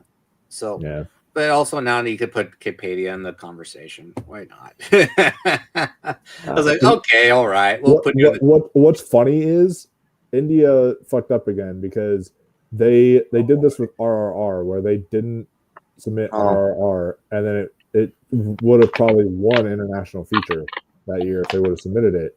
But then like this year they didn't even submit All We Imagine Is Light, and now it's getting like a Best Director nomination at the Globes. It's getting all these other international feature nominations. It's just like, who is submitting stuff at that in India? Like, you're really not picking the right choices. It's like France, like 5 years ago. Yeah. Like I think we gotta keep an eye on All We Imagine Is Light, I think, because No Portrait of Lady on Fire, that was just terrible. Yeah. Oh my god. Yeah, so who do you think wins this one? Director. I think honestly Corbett, I think, right? Yeah, I think Brady Corbett. I think there's potential for him to, because I think they're going to want to award Sean Baker in like screenplay. Yeah. So I think that they're going to make Brady Corbett just kind of walk away with these award shows. You know what? I'm actually going to agree with you on this one. Yeah. I think Corbett may take it. I heard from people who have seen it that is like one of the best directed movies of the decade. Yeah. So those kind of narrative of doing so much with so little, because the budget is so much smaller than so many movies around it, and the fact that it looks so good despite that is definitely going to help its directing chances. I think Emilia Perez has to be a dark horse here, just because it's been getting a lot of love. But I don't think it's going to beat The Brutalist here. But I wouldn't. Look, I mean, I think we can't count it out though. Yeah, I'm afraid that I have to agree. I bet Corbett and then Baker and then Audiard. Yeah. As much as I think I will rejoice if Corley Fargette won, because to me that is the best directed movie of the year. That would be a big surprise in a positive way. Something like that. Yeah. But I mean, I would love it. She's the one female director I feel has the strongest chance. But I did love that the Globes nominated 2 female directors. True. That's really cool. That's true, but like I haven't seen it. Yeah. Not many people that I know seen it. Yeah. Well, I think we have to keep an eye out for All I Imagine Is Light, just because of that narrative that they weren't picked for international feature. So maybe they're going to be like, let's nominate it for director because we can't nominate it for feature. Let's nominate it for something because we can't nominate it for international. Sort of like RRR, where they picked it to nominate for song because they were like, well, we can't nominate it for international feature, so let's nominate it for something. And also, glad to go with the do like different minority for not minority, but for different movie for DD for language. Yeah, I heard conversations about that. Yeah. Okay, so I think Corbett may take it. Yeah. Oh yeah. Okay, so screenplay. I think we can make this quick with screenplay. Jacques Audiard, Emilia Perez, Sean Baker, Nora Brady Corbett, Mona Fastwold for The Brutalist, Jesse Eisenberg, A Real Pain, Corley Fargette, The Substance, Peter Strawn for Conclave. Baker. Yeah, I think it's Sean Baker is winning. Yeah, but I feel like the one that could upset possibly is A Real Pain, just because that's what that is my favorite screenplay of the year, and a lot of people have been gravitating towards that screenplay of like, it feels just like real people having conversations, chilling out, talking, doing all this type of stuff, and it's a really screenplay heavy movie. The thing with Anora is a screenplay heavy movie, but it's also really well directed. The directing of A Real Pain isn't all that amazing. It's the writing that's like amazing in A Real Pain. I think there's a direction here where they give director to Sean Baker and then they end up giving a screenplay to Jesse Eisenberg. Like if Brutalist doesn't pan out in director, I think they can split it like that, and Eisenberg ends up with screenplay here and Baker ends up with director.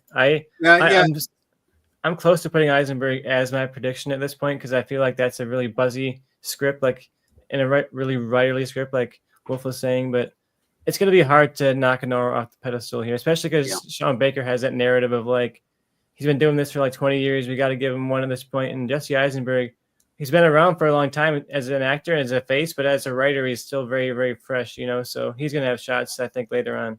Well, don't forget, Oscars have 2 screenplay categories. Oh, you're right. So, That's true. Adapted. so wait, are both A Real Pain and Nora? Are they both original? They're both original. Yeah, so Yeah. they're both competing against each other. Yeah. Or Okay. the best group I did last year with Barbie was original, but based adapted. They made to that. Yeah. The Brutalist is that? Yeah, that's also original screenplay, but I don't think that's a screenplay thing. I think it's mostly between A Real Pain and Nora, and those are both original. So I think Yeah, that I think that actually Tristan makes a good point about the Baker Eisenberg thing, but I think it's gonna be Corbett Baker because Baker has been in the industry long enough that people are starting to recognize his work now. With the Tangerine, the Florida Project, Red Rocket, and now Nora. And in my opinion, even though I don't love Tangerine as most people do, he hasn't missed. yeah. So, Yeah. So I think that, and Baker is like the director that is like reintroducing that French New Wave filmmaking style. Yeah. So, and it could be like a way to honor him, and he's got 4 shots to win because he's a producer, a director, a writer, and an editor. So he's got 4 shots to win an Oscar. Yeah, I'll because be like also very- thinking like about a Real Pain screenplay is fantastic, but as you guys said, the directing, our friend, like me and Tristan's friend, isn't like all about like every single movie needs to be seen in the theater. He literally told us you don't need to see A Real Pain in the theater. He said there's nothing special about the cinematography or anything. Yeah. It's only like an hour and 30 minutes to film. Yeah. So yeah, for now, I'll give it to Baker. Yeah. Just for now. I mean, yeah, I think that Baker will definitely be in. I mean, Wouldn't it be as a- sad if Baker's only Oscar win is for like editing or something? Oh, that would be really sad. That would be like, That would make me pissed, actually. I would be like, come on. That would be It's so going to be stupid. depressing if he doesn't win for this one because this is such a front runner. If he doesn't win for this, it's going to look such like a momentum killer for the career. It's going to be like, damn. Really, the not highlight. this win. Really, the highlight is the Palme d'Or. There you go. Yeah. He has that, but also like, I mean, it is a heavy front runner for Best Picture. So, Nora, because like we said before, like a lot of people seem to love it. Critics and audiences love it. So. Oh yeah. All right. So, original score. Did you talk about anime yet? Or You know what? Let's go to animated. Yeah. Let's go to animated. Yeah. Okay. Fuck cinematic and box office achievement. I don't That's the Jack Shelton category. Yeah. Okay. Anyway, animated. Flow. Inside Out 2. Memoir of a Snail. Moana 2. Wallace and Gromit. Vengeance Most Foul. The Wild Robot. I think we're looking at 5 of the 6 for best animated feature. I agree. I think so too. I think Moana 2 will not get nominated. I think Moana 2 is one of the Golden Globes categories. Yeah. I regret not put. So I got 5 out of the 6 of the Globes. I had Moana 2 in, but then I took it out thinking they were going to do something weird. But then I was like, my brain didn't comprehend the fact that they nominated Wish last year. Like, come on, like obviously they're going to nominate Moana 2. Like, it's Okay. Now this is very interesting. All right, so probably like a month or 2 ago, I would say, okay, The Wild Robot, The Wild Robot, The Wild Robot. Now, I've been hearing more talk about Flow. It's been winning places too. It won like the New York film critics for animated, and it won NBR for animated, which I know you said NBR doesn't really matter, but I still wanted to point that out. Now, question: do you think Wallace and Gromit could win? No. Best animated feature. No. No, they always get nominated, so it's like a shoo-in to get nominated. Those Okay. things, that studio gets nominated all the time. So it's Apparently- never a shoo-in, but I don't think. Apparently, I actually heard though on Christmas on the channel it's going to be airing. I forget what channel though. Like on British, the new Wallace and Gromit movie is going to be airing on TV in Britain. Oh, interesting. Okay, it's going to be on Netflix in January. I know that. Yeah. Okay. You know what? For now, because it's the Golden Globes, they'll give it to The Wild Robot. But if they do win, I would still not count out Flow. Flow could be a Board Harris But- situation. Yeah, because I was. Thanks for bringing that up, Brian. I was just about to bring up how like everyone thought that Across the Spider-Verse was just going to kind of take away. But that's the like, Oscars, though. everything. We'll talk about the Oscars when we get to it. But No, but it also Boy and the Heron also won Golden Globes. I remember. People thought that it was Oh, yes, it was going to go to Across the Spider-Verse because that would be more of a Globesy pick. And then all of a sudden, Boy and the Heron won, and people were like, and that's what put Boy and the Heron on people's radar. They were like, "Whoa, what?" And people were like shocked, and they were like trying to put it on their radar now because of just the fact it won. So they could do something like that again this year and give it to Flo. And if they do, then I feel like then I would switch. Then Flo would have like a real shot at really winning animation. Yeah. No, now this has been exciting. Actually, now it's between the Wild Robot and Flo. So, what's funny because initially, early in the year, it was between the Wild Robot and Inside Out too, but now it's very good. It's very good. Yeah, I think Inside Out 2 has a slightly outside shot if they're gonna go for like a more boring pick, I guess, to go for the more like traditional studio movie. Inside Out 2 was a very good sequel. Was very well received financially and critically. So I think it wouldn't be a huge shock if it won. Yeah. By the way, Memoir of a Snail, really good movie. Oh yeah, I saw that one at the festival. Loved it. Also, I've seen Flo, and I can tell you, it is. I know these are like high. This is high bar, but I can tell you that Flo is the best animated film of the decade. The new decade we're in, the 2020s, is the best animated film of the decade. Like it blew me away that much. And so like I thought it was phenomenal, but I wouldn't be upset. Like I love The Wild Robot. That's like also in my top 10 right now. So I wouldn't be upset if The Wild Robot won, but it's just like, but Flo is like one that I just really, really love. All right. Okay. All right. At least it'll be exciting. But like I said, for now, Wild Robot, Flo, definitely up there as competitive, opponent. Score.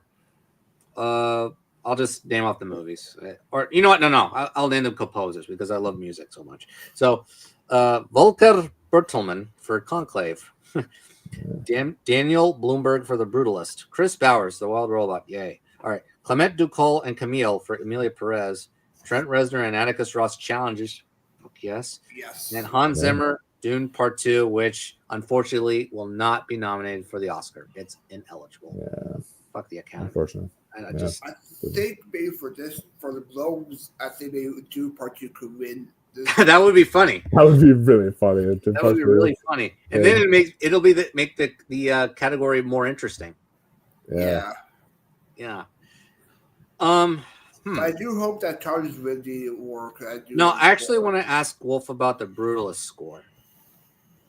So I've listened to the score, and I can tell you, I was just from what I've listened. I haven't seen it put out into action yet, but from what I've listened to of it, it really blew me away. Like what they were able to achieve with that score.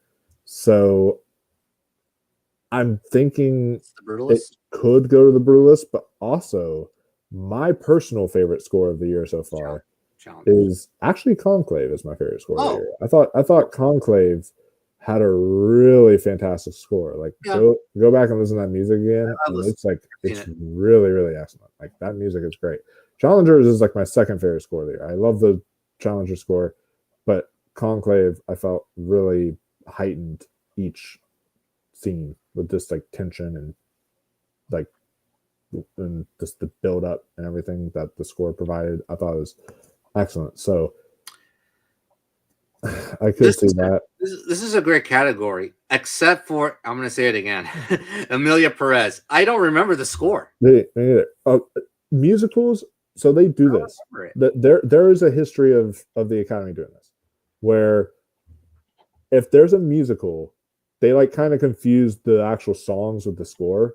And they're like, oh, let's just nominate this musical because it had these songs that we liked, and they have instruments playing these songs.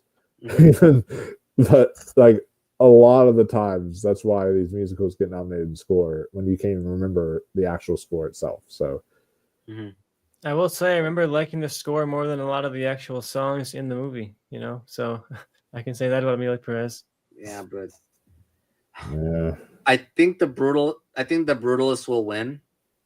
Yeah. And I think Challenges is entering the conversation though. I don't think I'm not like giving away like as the third, like the dark horse, because I think like, oh, I remember that score now. Oh, all right, let's nominate that. And I think that will be nominated in exchange for Dune Part 2 being ineligible. So I think it's just going to be entering into the conversation for a nomination. But I don't think they're going to give it to Trent Reznor and Redicus Ross, because that will be number 3. By the way, that'll be our third Oscar. Score is so good, though. It is really good. I work out to it's that a score that I run to. Yeah. So good. But in terms of like original score, from what I've heard, I think the Brutalists will take it. Yeah. I think watch out for Conclave though. Yeah, I would say watch out for Conclave. Yeah. I think one of those two, I think it's between those two to win score. But I think that yeah. What? Yeah, I was just saying I think it's between those two to win score, but I'm leaning the Brutalists right now. I don't think it's going to be Conclave though, because Bertelmann won a couple of years ago, didn't he? He might have. Yeah, for All Quiet on the Western Front. Oh yeah, he did. Yeah. This is a better score. This is. Yes. Yeah. Yeah. And then song. Oh God. Okay. Ugh. I don't know. Okay, Beautiful That Way, The Last Sugar. I don't know that song. Really good song. You gotta remind me, Compress Repress from Challengers. I don't know what that is. Credits, I believe. It's the one that plays in the credits. It's like Compress, okay. Repress. El Mal, Emilia Perez, Forbidden Road, Better Man, Kiss the Sky, The Wild Robot, and Mi Camino for Emilia Perez. This is the worst. This is the worst category I did. I only got 3 right. Like I did not do good predicting best original song. It goes to show that how forgettable Moana 2 is. No songs from Moana 2. But I would say though, for a song, Will Harper Go West should have been nominated. I agree. Okay. That was a travesty. Yes. Well, I guess this is going to be the award for Emilia Perez. The first of many, we'll see how it goes. Now, here's the thing. Mi Camino at least was a slightly decent song. But remind me which was which. Mi Camino was Mi Camino is the one that she's like that Selena Gomez sings in the bar. Yeah. And then like I thought that song was slightly decent. And El Mal is Zoe Saldana. And then El Mal was like the Zoe Saldana one, which is like blah, blah, blah, blah, or whatever. And she's like going around like singing that song like that. That's like exactly how she sounds. It was like terrible. It was like god awful, and I hated that song. And so like if that actually wins, that might go on record as the worst original song winner in history. Like I really hope it gets nominated so she has to perform it live at the Oscars. That would be a fun thing to see. It would be fun to watch. It would be. It would be fun to watch. But it would not be fun for my ears. My ears would not be happy watching that. No, but they cannot do the camera tricks though at the Oscars like it did in the movie. That's true, but they could still have people like all seated in tables around at the Oscars and do a whole performance there, like it's at the actual diner or whatever. But like, God, the singing from both of them were terrible in that song. Like, it was just not good, and so that song, if that wins, I'm done. I can't. Okay, well, I think at least Mi Camino is the decent song. At least you can give it to that one. At least give it to that one, and I'm not going to be like pissed, But like, yeah, I agree. I think El Mal will take it. Mi Camino will be definitely in the competition, but I think the dark horse is Kiss the Sky. Yeah. Kiss the Sky is my favorite original song of this year. Yeah, of these 6, yes. Yeah, Kiss the Sky and then Mi Camino. Yeah. And I'm feeling Mi Camino for the Oscars too, because they want Selena Gomez there performing. They want to get that celebrity stage presence, even if she's not nominated. Yeah. Well, that'll be interesting. I think that's it, right? That's it for the nomination. That's it for. Well, we're not going to do box office. I'm not doing box office. No. Did we do documentary? There's no documentary. No, they don't have one. Sorry, and also do like international. International. International. We did forget about that. Yeah. Where is it? Oh, here it is. I found it. Okay. Cool. International, non-English language film. All We Imagine Is Light. Emilia Perez, The Girl with the Needle, I'm Still Here, The Seed of the Sacred Fig, Vermilio. I picked Vermilio, didn't I? Yeah, that one. We gave you a shout out. Good call on that because I predicted Flow just because Flow's been picking up so much steam, and then it went to Vermilio. So, which I've gotten to see Vermilio as well, and it's a very worthy nomination. Maybe the most beautiful cinematography I've seen this year. I'm happy though. Really I'm happy though because The Girl on the Needle though. I'm happy. There was rumors about her getting nominated Best Comedic Actress in a Comedy Musical. I'm happy it didn't happen. Okay. Well, I cannot say much. I've only seen Emilia Perez. So, what do y'all think? I don't really fall. I love it has the 4 language category. See, so it's going to be Emilia Perez. Unfortunately, this is such a this is such a boring category to me. No. I think it's a great category, but it's going to be an anticlimactic. Oh yeah, a great category. Yeah, that's the way. But an anticlimactic prediction. Because the thing is I've seen a good chunk of these nominees. I haven't seen All We Imagine Is Light yet, but I've seen Seed of the Sacred Fig. I've seen I'm Still Here. I've seen Vermilio, and I've seen Girl with the Needle. All of those are like excellently crafted, brilliant movies. But then Emilia Perez is the one that's like a guaranteed Best Picture nominee, and so like it's gonna run away with it like all season, and it's just boring as far as the end result goes because you could go with something super cool, like you could do the super cool choice of Seed of Sacred Fig or I'm Still Here or something or like The Girl that. with the Needle, or Girl with the Needle, something super cool like that, but instead they're gonna do that, which is like. You see what I mean? You sound so depleted talking about Emilia Perez compared to the other foreign language. You guys are gonna feel that way all night. And then, like, do you know what the funny part about it is too? It's about like Wolf is so depleted, but The Girl with the Needle though gets him excited, and that's more depressing than Emilia Perez. That's true. So what's funny is that about? So The Girl with the Needle. Oh. Don't tell him. I'm not going to tell you what it's about because I had no idea it was a true story. Because it's one of those true stories that I had no idea about it, and then whenever I watched the film, I literally was sitting there being like, "What sadistic asshole came up with this? This is a twisted story. I know this is disgusting. How can someone do this?" And then at the end, it said based on true events, and I was like, "Wait, what?" And I literally did that at the end. I had no idea it was a true story, and I went and looked it up, and it was like completely. We gotta get his reaction live. It is. I will say this: Girl with Needle. I'm never gonna watch again. It was that bleak. But despite me saying I'm never ever gonna watch it again, I still would vote for it over Emilia Perez any day because I'm never gonna watch that again, but for a different reason than I am for. Yeah, I'm clearly more positive on Emilia Perez than anybody else here, but I want to say that. I don't think we can 100,000% count out All We Imagine Is Light as a surprise win, maybe, because it did get nominated for director, which was not expected. So they clearly love that movie more than a lot of other shows do. And like if that movie keeps on getting nominated everywhere and keeps on like sticking around, maybe they'll be like do something crazy and cool and give that the win. If you want to, I want to play Angel's advocate for you guys and say maybe Emilia Perez does not win this. Maybe All I Imagine Is Light this, but I'm feeling Emilia Perez. Yeah. Okay. I read it. It sounds like a depressing World War I movie or a post World War I movie. Yeah. It looks like it's so strong about motherhood, though. That's what it feels like.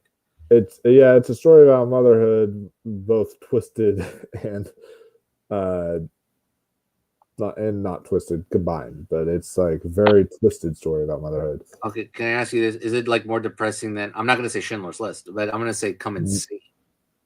Oh no, so there are films like those where it's like they take them to another visceral level. Like they don't show necessarily any of what happens in The Girl with the Needle.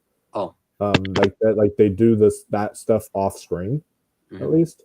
But it's still the thought process, and as you're watching it, like you're like the thought process of it happening really just gets under your skin, and you're like, this is Like I went home that night or went to my hotel that night after seeing it, and I was like, I just couldn't I couldn't sleep till later. I was like it just, some of the imagery really haunted me, and just it was, even though they didn't show it all on screen, it was the more of the fact of you not seeing it that's making it worse almost, because it's like, oh god, what's happening to it, So yeah. Okay. So I guess Amelia Perez is gonna take it. That's what we find. It's always a shame when you got to narrow down every single other country and every single other language down to 5-6 movies to pick from. It's like depressing that we don't really like to represent these movies in other categories. Amelia Perez is like an outlier, because typically we don't really see these movies represented outside of this one category. And also, like, why is it representing France? Like, I understand. I understand why Seed of the Sacred Fig, even though it's not filmed in Germany, I understand why it's got the support of Germany, because there's a whole thing of where he actually couldn't shoot that movie in his own country. He had to shoot it in Germany, because if he would have shot it in his own country, they would have exiled him or something. So it's something along those lines that he had to do. So I understand that reasoning. But why is this representing France? I don't know. Anyway. By the way, I was looking at about 20 minutes ago. Congrats to Selena Gomez. She's engaged. Hey, good for her. That can push her. And Maybe she'll use that as some of her campaigning, is the fact she was engaged. I don't know. To Benny Blanco? Okay. Sure. I don't know. No, but seriously, I'm happy for her. That's great.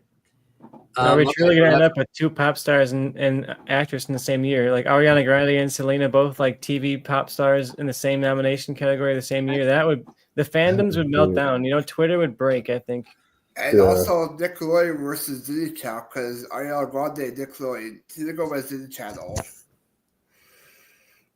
But being well grew up with.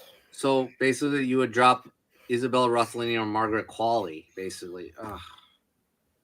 And I feel like Isabella Rossellini, I feel like she could be the Judd Hirsch of this year, which is where she still gets in despite having literally barely any screen time, only because of the fact too of the family legacy there, and the fact that she's also her father is an acclaimed Italian director, but then also she herself is also a legend in the business. People love Isabella Rossellini, and so yeah, I honestly see her having a better chance than Qualley at the Oscars not necessarily Selena. I'm saying Isabella has a better chance than Qualley to the Oscars, but then I don't know. I have to think about it, because it's pretty tough, because also they didn't nominate Aunjanue Ellis Taylor or Daniel Deadwyler at the Globes. I'll be honest. I think Nickel Boys will pick up steam. Yeah, and I think something's going to happen in supporting actress. Yeah, I think also Joe Chen didn't get nominated for Didi. I think it's dead. As much as I'm so pained to say it, but I think that chance is dead. I feel like Joan Chen needed the Globe nom if she wanted to kind of sneak in anywhere else. Yeah. That's too bad. It's sad, because that's actually one of my favorite performances of the year. So. But also too, I forgot to say this too. The Globe nominations. There was actually like 2 Disney and Nickelodeon stars, and also 2 more is because Zendaya was nominated. Miley Cyrus was nominated for Best Original Song. Selena Gomez and Ariana Grande. Yeah, they mentioned that. Miley Cyrus too. Original song for Last Showgirl. Oh, she did that. Oh, yep. Yeah, that's true. I didn't know that. Okay. Yeah. So yeah, a good song there from Last Showgirl. But I'm trying to look. Yeah, I think we have covered basically every category. So we did. All right. So real quickly, the Critics' Choice Yes. Predictions. Critics' Choice Yes. Awards. The predictions for So, them because they are released tomorrow. So how many slots in picture? 10? It's the basic 10 in film, and then everything else. I think at the Critics' Choice, at least when it comes to the awards expert app, they're doing 6 in every other category. So Okay. They're after like the that. last 10 now, remember? Director has changed. They're doing 6 Okay, this year. so Yeah. I think picture. Okay, I'm just going to read off names, all right? And you can say yes or no, all right? Yeah. Honora, Yes. Yeah. Yes. The Brutalist, Yes. Yeah. Conclave, Yes. Yes. Dune Part 2. Yes. Yeah. Yes. Here's the big one because this is not a critic darling. Emilia Perez. Yes. I think so. I say yes. I think still yes, because I know there are people like Scott Mance, who's a voter on Critics' Choice Awards. I've talked to him personally too about Emilia Perez, and he says it's like in his top 10 of the year, and he was like praising it and all this stuff. So it's and if he's a voter on Critics' Choice, I wonder how many other people feel about it. I don't know. A Complete Unknown. I can see it, yeah. Oh, come back to me. Come back. Yeah. Let's see A Real Pain. Yes. Real Pain's getting in. Sing Sing. Oh God. Maybe. I'm tempted to say yes because critics do really love it, and it feels like a critics kind of thing. Remember, they nominated Uncut Gems the year that came out, and that was one of those things where it was like a wild, like, oh shoot, Uncut Gems is in there, but because Uncut Gems was a more critic kind of hit, so. And that was a great year for movies there, the 2019. One of the last great years. Yeah. Yes. Okay, so is it Wicked? Yes. Oh, hell yeah. Yeah. Okay. Did I Challengers. say did I say Nickel Boys? No, Oh, you didn't. No, you did not yet. Okay, Nickel Boys. Yes, I think I can say yes to Nickel. Okay. This would be part of Nickel Boys' big push. Yeah. Okay, so the two I did not mention was The Substance and Challengers. I say Challengers could get in there because people do enjoy it. But the problem is also critics love The Substance. Yeah, I think The Substance even more so than Complete Unknown. Like Complete Unknown has okay reviews, but it's not getting like raves, you know. And Substance is still that cool movie that everybody loved, you know. I think Complete Unknown has much less of a shot than The Substance does. Okay. Yeah, because And then you said Nickel Boys. Why Nickel Boys? So honestly, when I was thinking about it, it could go either way for me because Nickel Boys feels like it's picking up steam, but also I feel like if any awards body is going to snub it, I feel like Critics' Choice could just completely take it out of their picture slot and put in something like a Complete Unknown or like The Substance or something like that. You know. Nickel Boys are actually going to have a really high Rotten Tomato score too. Just like Yeah, that's why I was questioning about Emilia Perez because critics don't love that movie. Yeah, okay. Keep in mind though, it only has 60 reviews, Nickel Boys, right now, but it's at an 87% and it's already certified fresh. Well, and here's the thing too, though, is that the Critics' Choice Awards, it's weird because they're not like the normal like criticky kind of picks that you can think of. Because what they're trying to do is they're like, oh, let's try to figure out what's going to get nominated Best Picture for the Oscars. That's what it feels like they do a lot of times. Yeah. With their picks. And that's why like Maestro was nominated last year. Maestro was not really a critically loved film. Vice was nominated for the Critics' Choice Award. That was that was not a critically loved film. So was Don't Look Up nominated? And the Best Picture nominated. I think it was at the Critics' Choice. Critics' Choice. Yeah. So now, I do have a question though. Yeah. Even though it's dead though, do you think Thelma could get it because of 98%? No. No, it's too small of a picture. Yeah. Okay. How are you guys feeling about September 5? So that's the trickier one. That's the trickiest one. Funny you should mention it. September 5 is in my personal predictions at the here. I took out I know I said yes to Nickel Boys earlier, but I actually took out Nickel Boys and I put in September 5 for the Critics' Choice. I think that Critics' Choice could do something like that because September 5 feels like it's more the crowd pleasing kind of overall people like it, you know. So how about Juror number 2 though? Even though they get the release, I feel like the release killed that film. thanks to Okay. David Zaslav. Just thank David Zaslav. Yeah. For that. Because it has. I've been noticing people watching it a little more, and they like it more. I mean, I see more positive things from Jordan number 2. Yeah.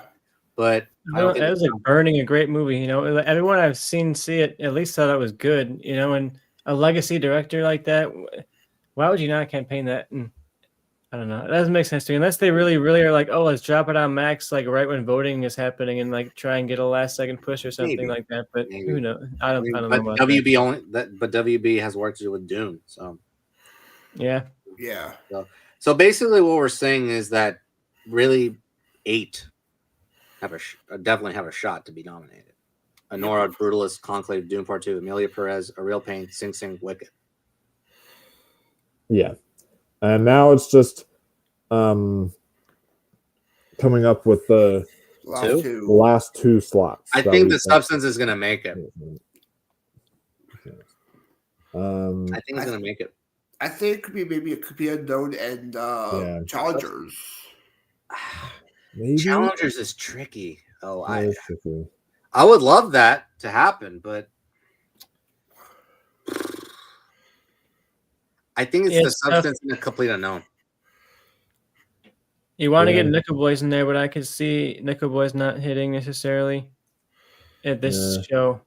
And September 5, I wanted September 5 in there because of this surprise nomination here. It's just like, is this going to begin a little bit of a trend? And it's one of those movies, like you guys said towards the beginning, like it's just good. You know, it's people are seeing it and they're saying this is a really, really good, solid movie, good thriller. You know, and I think sometimes you just need a good movie that gets in there. True. You make a good point. It's like The Post. Yeah. I mean, it's another one I talked to Scott Mance about, and Scott Mance raved about September 5. So it was like maybe in contention for his top 5 of the year. Like he's like the champion of that movie. Yeah, yeah, exactly. So it's just so what do you think? Substance? Yay or nay? Yeah. Yay? Yeah. I'll say yay. I think there's enough.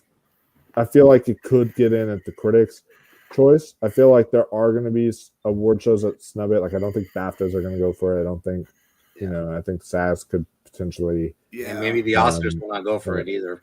Maybe, but I do feel like Critics' Choice would go for something like Substance. Okay. So and then the 10th slot. You know what? Screw it. I'll go with Tristan. September 5. Why not? September 5. I don't know. I just taking the risk there. Like it. Yeah, because Complete Unknown just came out for critics, right? So yeah. I think that saw a few weeks ago. Yeah, I mean they've had press screenings for critics. Okay.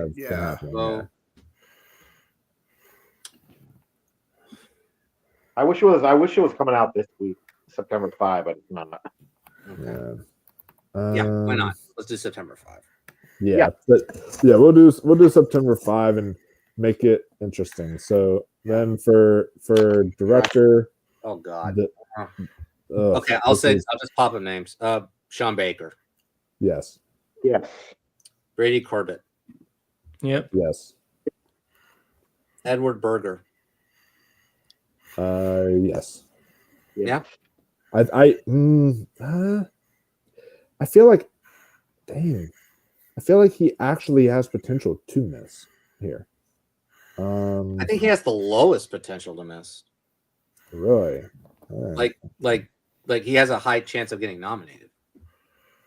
Because I know like he got, when we talked about the Hollywood Critics Association, aka the Astros, they didn't even nominate Jacques Audiard in director. Okay. So, and they're Hollywood critics. So I don't know if they. That will be my next name, by the way. Would align up to if they would line up with the Critics' Choice, but I'll still say yes. Okay, screw it. Jacques Audiard. Yeah, unfortunately. Denis Villeneuve. I'm gonna say yes. Yeah, I think Denny's getting in here Yeah. for sure. I don't know I think about for the here, Oscars yeah. necessarily, but I think he's safer here I than he think is he's the gonna get Oscars. in. I think I think even the critics are surprised by this too. And critics love Dune Part 2. Even tougher critics that did not love Part 1 love Part 2. So True. Yeah.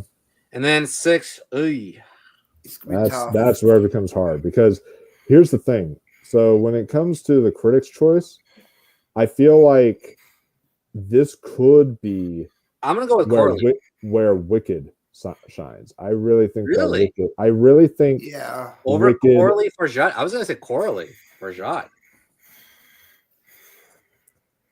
I don't know, man, because the thing is it seems like at these critics stuff like NBR, he won director. I know he's not going to NBR. At the Hollywood Critics Association, he just won Best Director there. So like apparently he's like being a critic's pick apparently for director, and I don't know why he wouldn't be my pick, but apparently he's a pick for director. And Actually, I want to hear Tristan and Ross. What do you think about Chew? Chew, I think this is a place he could get in for just because review-wise, Wicked was just praised up and down, right? Like there's people out there who didn't like it, but I think overall the reactions were really, really positive. But I think when it comes down to it, I don't think Chew's going to make the cut. I think when you're looking at Conclave and Coralie Frege and Jacques Audiard for Amelia, I think it's kind of too stacked for a movie that the direction is probably the weakest element of, right? And I think they were not super high critic-wise, Amelia Perez, so I think maybe Amelia Perez misses, but I think Conclave hits, and I don't think Wicked hits. Okay, so Tristan, according to you, Baker, Berger, Corbett, Villeneuve. Yeah, look at my list. I have Corbett, Baker, Villeneuve, Coralie Frege, John M. Chu. I was debating between John M. Chu and Amelia Perez as we've been talking. That's where I'm looking at because I have Conclave in there as well. Because I have Berger in there, and then my last spot is either Amelia Perez or Wicked, and I'm feeling Wicked. Same here. Yeah, same. So, even as Amelia so basically, we're going to omit Audiard. Yep. Yes. Yeah. Okay, let's make it interesting. Yeah, I'd be more than happy to take out Audiard. Okay. All right, so Baker, Berger, Chu, Corbett, Farjat, Villeneuve. Yeah, I think that. Yeah, I definitely like that. I definitely like that lineup a lot better. But if you were to go for a dark horse, like who would you think would be a good surprise, like an interesting surprise? I think Guadagnino. Yeah, I was about to say Guadagnino for challengers. Or which one? For challengers. I think I could see. One. I think that could be a surprise, just because like critics love challengers, and I could see that. Hey, not talked about that much. Yeah. I was just thinking, yeah. So I like that. Okay, I got a question. Like, do the Critics' Choice, do they normally like new directors or no? Oh, you mean like best new director? No. Like, do they like new directors? Like, because I would love to see the Washington get nominated. You know, that'd be a fun, like, what, kind of thing, but it won't happen though. I don't think critics love the piano lesson. They like it. Jesse Eisenberg could be a fun one. Or James Mangold. Yeah, I mean, I do feel like James Mangold would have a shot here, maybe better than he would at other places, but I don't hear Mangold's name. Yeah, that's true. I don't hear it. Yeah. So okay, interesting again. Of Baker, Berger, Chu, Corbett, Farjat, Villeneuve. All right, let's move on. Yeah. Okay. Actress. Okay, actress. We're gonna have a fight here. All right, so. Okay, I'll start with the obvious one, Mikey Madison. Yes. Yeah. Hell yeah. Okay. Angelina Jolie. Yeah. Yes. Okay. Carlos Sofia Gascon. Yes. Yeah. Okay. Cynthia Erivo. Yes. Yeah, I Yes. think so. I think she I gets in think here. I think here she does. Yeah. Okay. Demi Moore. Demi Moore. Yes. Yeah. I think I Oh, could. sorry. I think she could. Okay. For me, this is a toss-up. Ay, ay, ay. Yeah. Zendaya. No. Challenger. No. I'm between Kidman and Marianne Jean-Baptiste. And Fernanda Torres. Those are the three. So for Fernanda Torres, what I want to throw out there is I think that she's definitely going to get in at the Best Actress at the Oscars, but I think she's going to go the same route of Penelope Cruz, where I think it's going in Parallel Mothers, where I think it's going to be the international bodies are really going for her, like Golden Globes, like maybe some international people to SAGs, get her into SAG, and I think that definitely she'll get into BAFTAs. Like I feel BAFTAs will love a movie like that. So I feel like that's really going to help her. I don't know if she will make it here at Critics' Choice. Okay. I feel like Critics' Choice would be a little bit more populous. I feel like they're not going to try to go for the super small like. So you think Kidman? You think Kidman's going to get in? I think it's between Kidman or Marianne Jean-Baptiste. I do think it's between those two, and I feel like here's the thing. Marianne Jean-Baptiste has one huge obstacle in her way, and that's Bleecker Street. They are terrible at campaigning. They are awful. They almost never do. So I feel like because Nicole Kidman has A24 behind her, I feel more safe in saying Nicole Kidman than I do Marianne Jean-Baptiste. What about you guys? Yeah, you make a good point. Yeah. Yeah, I'm in the same boat. I think in the end, Baby Girl is just a bigger movie in terms of right now and what's hitting with critics. And I'm Still Here, like you said, is going to be an international push. And this is not an international body necessarily. So I think they're going to go for the bigger movie, the more talked about movie of the moment right now, which is Baby Girl. True. Yeah, because Baby Girls, the reviews are popping in, trickling in, and Dan a lot of praise for Kidman. Yeah. So Dan didn't like it at all, though.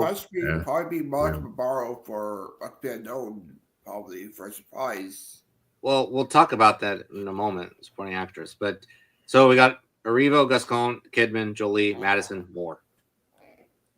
Basically. Yep. Yeah. Okay. That's All right. right. Yeah, I'll go with that. That's fine. And then actor. Actor is going to be easy, actually, I think. Yeah. This is Okay. Brody. Yeah. Yep. Ray Fiennes. Yes. Yes. Timothy Chalamet. Yes. Yes. Coleman Domingo. Mm-hmm. Yes. Daniel Craig. Yeah, he's getting in. Yes. Okay. I'm going to say Sebastian Stan. I don't care which movie. Yeah. Oh, Who gets in? Eisenberg. I think it's Stan or Eisenberg. Yeah. Yeah, Eisenberg maybe, but I feel like Stan is definitely more like the criticky kind of pick, and I feel like I don't know. I feel like Critics' Choice. I don't know which one. Do y'all feel like he'd have a better chance at Critics' Choice for The Apprentice or A Different Man? What do y'all feel like? I think a different man. A Different Man. I think a different. I also feel A Different Man. I will say when I'm looking at the awards expert app, it's a small pool of people, but it's a huge swath of difference between The Apprentice has him at 53% to get nominated and A Different Man at 5%. So that app is leaning very much towards The Apprentice. All right, then The Apprentice. Fine. The Apprentice. Was it good, Jonathan, or no? I like The Apprentice, but it doesn't portray a positive light on Trump. So no. It is a tough movie to watch at times. But Stan, look, people just criticize Stan just because he's playing Trump. Stan is a great actor. All right, he actually played Trump really well. I mean, he portrayed him as a scumbag. So accuracy. Accurate. He's really good in the movie. But I again, like I said, Strong I think was the better performance of the two. But yeah, Okay, so Brody, Chalamet, Craig, Domingo, Fiennes, Stan. Yeah, Okay. that's all that's I it. think Eisenberg would have a shot. I think he has a shot, but Yeah. but I feel like he could also. For some I screenplay. feel like at Critics' Choice, he could actually here at this award show. I feel like he could win screenplay, and I feel like because of that, they may decide to that maybe they want to show him some love there and not like an actor, maybe. And I've heard though something too. It's like he's campaigning the hell right now, Jesse Eisenberg is, but Oh, yeah. like not an actor though. He's only campaigning and writing. Yeah, that's what I've been That's hearing. true. Yeah, I think he's campaigning for a screenplay and then really favoring Kieran right now. yeah. He like all of his stuff he's doing his campaigning is talking about how great Kieran was in the scene, how great Kieran did here, and all that stuff. And it's like that's I always think the more that Eisenberg sneaks into some of these shows, and the more that Kiernan is an obvious sweeper, like we might start seeing Eisenberg push himself also as the actor, because he might say, "Oh, look, we're already sold him on Kiernan. Let's try and get us both in there." You know, I think that could happen. Yeah. Okay. Supporting actress. Okay. Grande. Yeah. Hell Yeah. Saldana. Yes. Yeah. Mhm.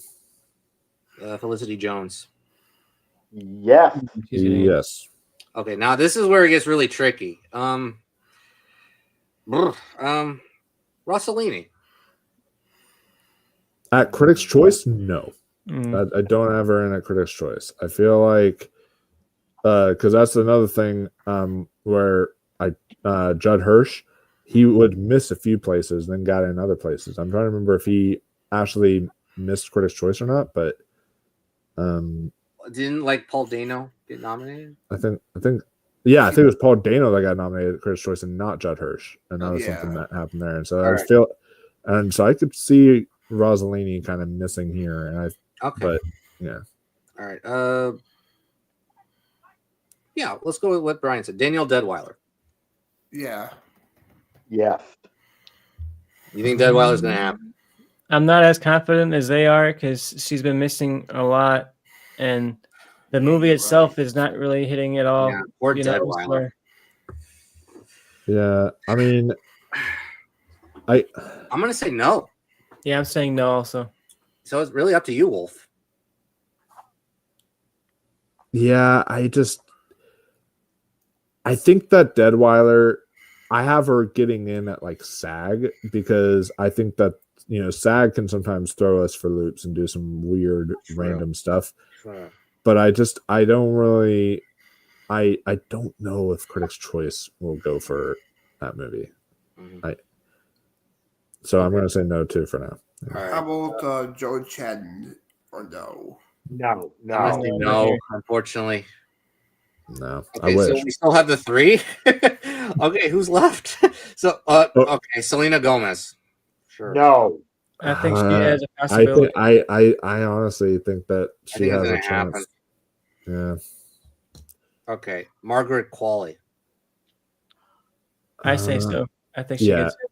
Yeah, I think she does. I think she does here. Yeah. Okay, so we right. have Gomez, Grande, Jones, Qualley, Saldana. So let me give you the next person.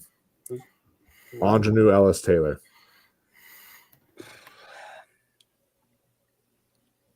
Yes. You think she did? Yeah. Yeah. Yes. Yeah, I think so too. I'm between her and Rossellini for getting in, but I think it's going to be Ingenue Ellis Taylor. Just more of a performance. Rossellini is good in like her one scene that she's good in, but I think ultimately Ingenue Ellis Taylor is like the soul of that movie. And once that movie starts hitting, I think it's gonna do well.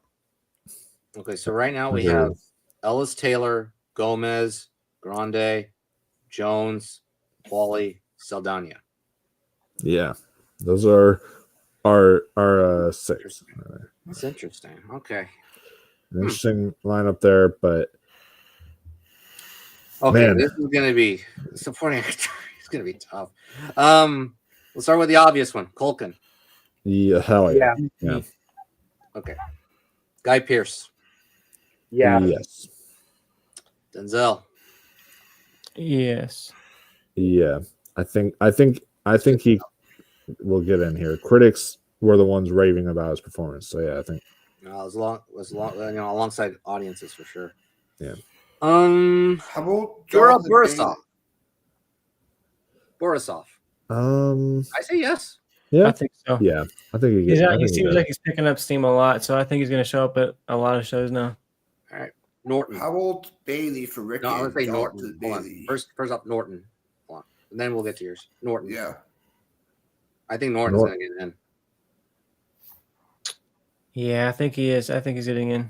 That's a tougher call because it's not as an acclaimed movie like we talked about before. It's just kind of like solid reviews, not great reviews, but solid reviews. Yeah. Performances though, like they're great. Performances, yeah.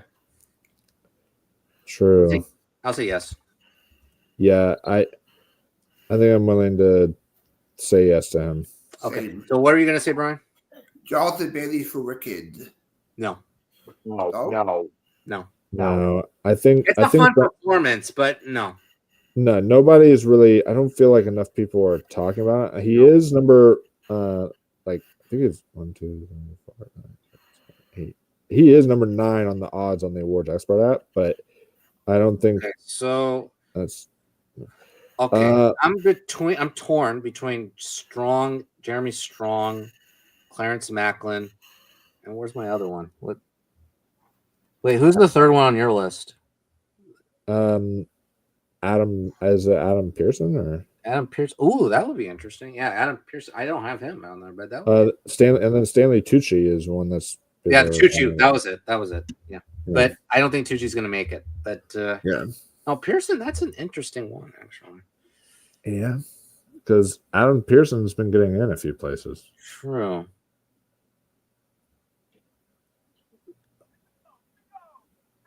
I went with Strong. What do you think, Macklin, Strong, or Pearson? What do you think? I went with Strong because of the logic that we went with. You went with The Apprentice for actor as well, so I feel like if they're going to nominate Sebastian Stan for The Apprentice, they're probably also going to want to push Jeremy Strong. He's just as showy, just as like present in the film almost as Stan is. So I'm going with Strong. Yeah.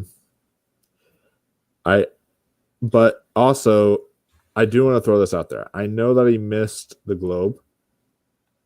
But Clarence Macklin, that's what I'm going is also I if we have Sing Sing getting into picture here, then I feel like Sing Sing, like critics really love Sing Sing, and I feel like maybe he could still get in at Critics' Choice. I'm not betting against him here. I think that I'm actually with you, Wolf. I do have Macklin. Yeah. What do you think? You haven't convinced me. What? Yeah, I agree with the others. So Macklin? Yes. Yep. Yeah, I'm not sad to go with Macklin because even though he missed this one show, I don't want to immediately write him off. And I think the movie critically did really well, even if it didn't really resonate beyond like good reviews. I think it will happen. I'm not. Okay, so Borisov, Culkin, Macklin, Norton, Pierce, Denzel Washington. Yeah. Actually, a strong lineup. Strong one. Very strong. Yeah. Yeah. I like that. So, ensemble. Oh, I forgot they had an ensemble. Yeah. Oh boy. Wicked. What do I start with? Okay.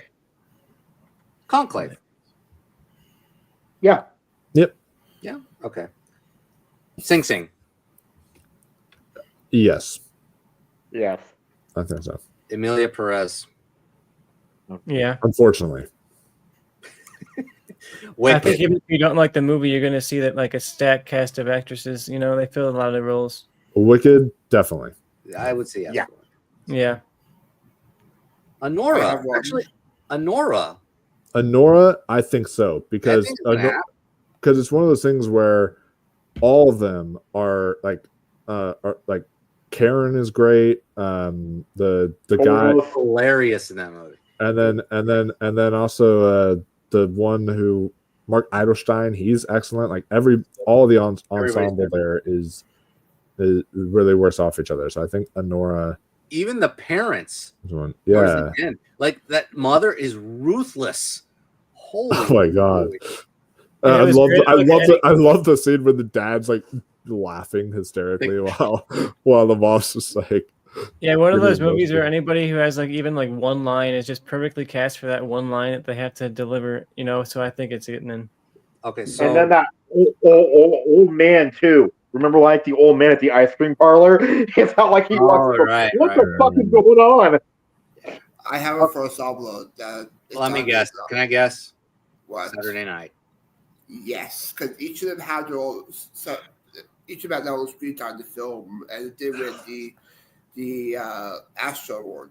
Okay, so here's my problem there. Saturday Night has been like dropping like a rock. Yeah. I mean, critics do like it, Yes. but then there's Dune and Part it 2. is an ensemble piece. Like, yes. But then there's Dune Part 2. let's not forget they nominated House of Gucci for ensemble, so it could be something like like that potentially for Saturday night. I don't know. I think if we honestly are gonna cut something out on this list, maybe Honora doesn't make it just because of the fact that it's so focused on the lead actress. Like maybe people don't really notice the whole ensemble of the thing. It starts out focusing on the lead actress, and then she gets with the kid, and then it really focuses on the Russians. If anything, if one of these don't have an ensemble, I would say it's Emilia Perez, because it's really only the three people that you're focused on. Maybe mostly two. Selena Gomez is like in the background for a lot. She's like barely in it. And yeah, so it's really only focused on like the two characters. Guy in Emilia Perez, like the guy who she's going out with. I don't even remember. Yeah, I don't remember him either. I want to throw one out just because this is an ensemble piece. If you look at all the actors in there, Dune Part 2. That's what I was saying, in Dune Part 2. Yeah.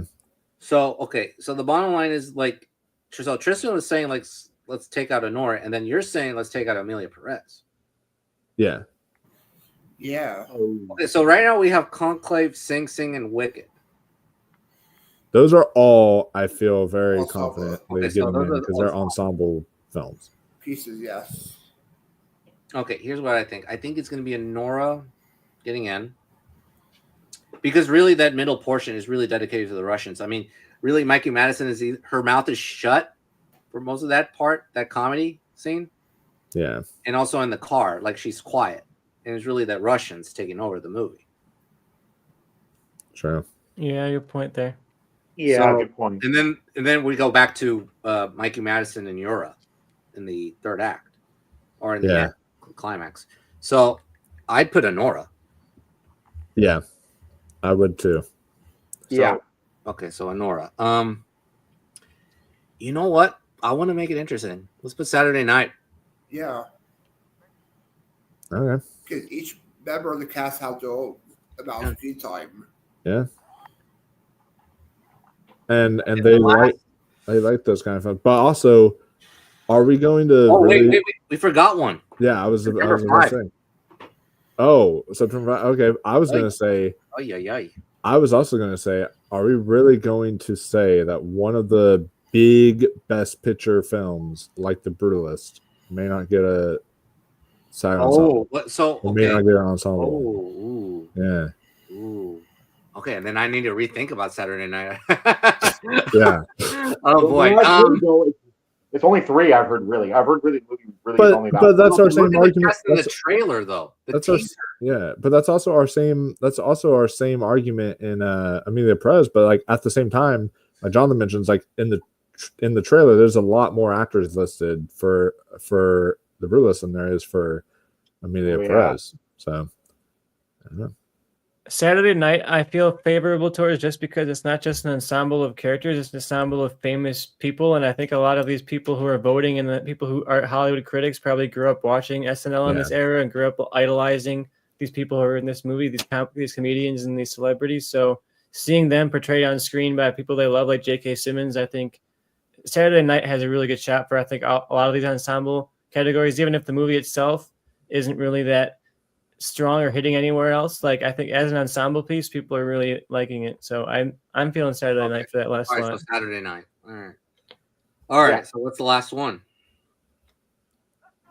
Dune Part 2. or The Brutalist or September 5 or what? I feel like it's down to those three, but which ones are we? I don't think September 5 is going to happen. Yeah, I don't think that's one that would happen there. But I think that I think it's between Dune Part 2 or The Brutalist, and Okay, nobody has seen The Brutalist here, right? Or No. no. But I say do part 2 because you I also heard that see Felicity Jones is in the second half. Yeah, well, no, she's in the. What I've heard is she's in both halves, but people say the reason why she might miss is apparently a lot of people like her performance way better. Like I've been hearing people talk about it, they say they like her performance way better in the first half than they do in the second half. Like the second half, she's like not that prevalent to the movie or something.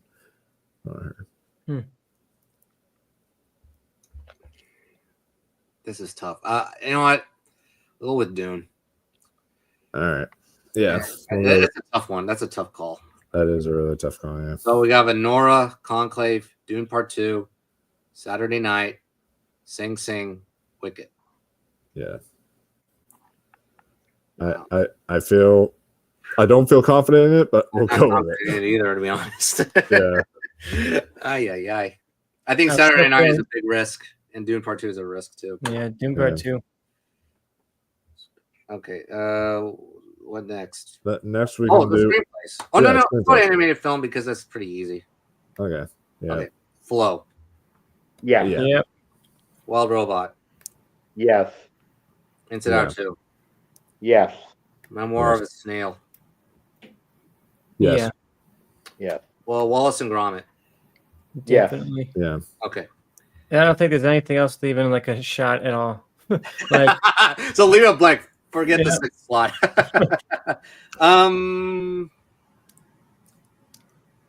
Really, I think it's between two. I Moana 2 or Transformers 1. What do you think? So on my personal ranking, I had Transformers 1 You think that's gonna happen? listed. Because I think didn't Critics' Choice, didn't they nominate the Teenage Mutant Ninja Turtles one? I thought. I don't remember I that one. think I forget if they did, but I think they I did. don't know why the Oscars did not nominate that one. I just, Yeah. I didn't like that movie very much, though. Yeah. yeah, I think in the end, Moana 2 reviews are just not that strong. Oh, they're not that Yeah. good. Yeah, Yeah. that's true. So, Or there's also those talks of the day Europe blew up a Looney Tunes movie. People, but there's I talks of that. but this is the first time I've heard about it. I don't know. I don't know anything about that one. Well, it's been screened a lot for the animators and the voice people. The movie Look Back is kind of a sleeper too. It's extremely highly rated on Letterboxd and Rotten Tomatoes. It seems like it could What be is a it called? sleeper Look for some of Back? these movies. Look Back. It's called. I have seen it. Now I personally find it a little overrated. I don't think it's 4.4 average on Letterboxd worthy. But what do the critics think? But the critics love it. It has a 4.4 average on Letterboxd, which is already one of the highest films of. And it has 100% on Rotten 2024, Tomatoes. and Right 100% on Rotten Tomatoes from critics. Okay. And it's an anime. That's what it is too. So it's And I was going to bring up another point. Like, do you think the critics have seen Lord of the Rings movie yet? Yes. Yeah, and the critics. I've seen the reviews for it too. The critics are not fans of it right now. Oh, they're not. Yeah, It's out. Okay, right now it's currently. Last time I checked, which was like an hour ago, it was at 58%. Yeah. So I guess. Okay, Transformers 1 or Look Back. What do you think? I think I'm leaning Transformers 1, but what do y'all think? Yeah, because last year they did nominate that. You know what? I'm going to go with Look Back. Let's make it interesting. Look Back. All right. Yeah. We'll take that risk. I took that risk at the Globes. Let's see if it pays off here. For So you want me, to Look Back? What? What do y'all think? Do y'all want to do Look Back or Transformers 1? I'm saying Look Back. I feel I'm good about Look Back. Look Back, yeah. Let's do Look Back. I'll go Look Back. Okay. So Flow, Inside Out 2, Memoir of a Snail, Look Back, Wallace and Gromit, The Wild Robot. Nice. Okay. And then The screenplays. screenplays, yeah. Okay. Adapted. I'm just gonna read them all out because I have it here. Conclave. Yes. Yeah.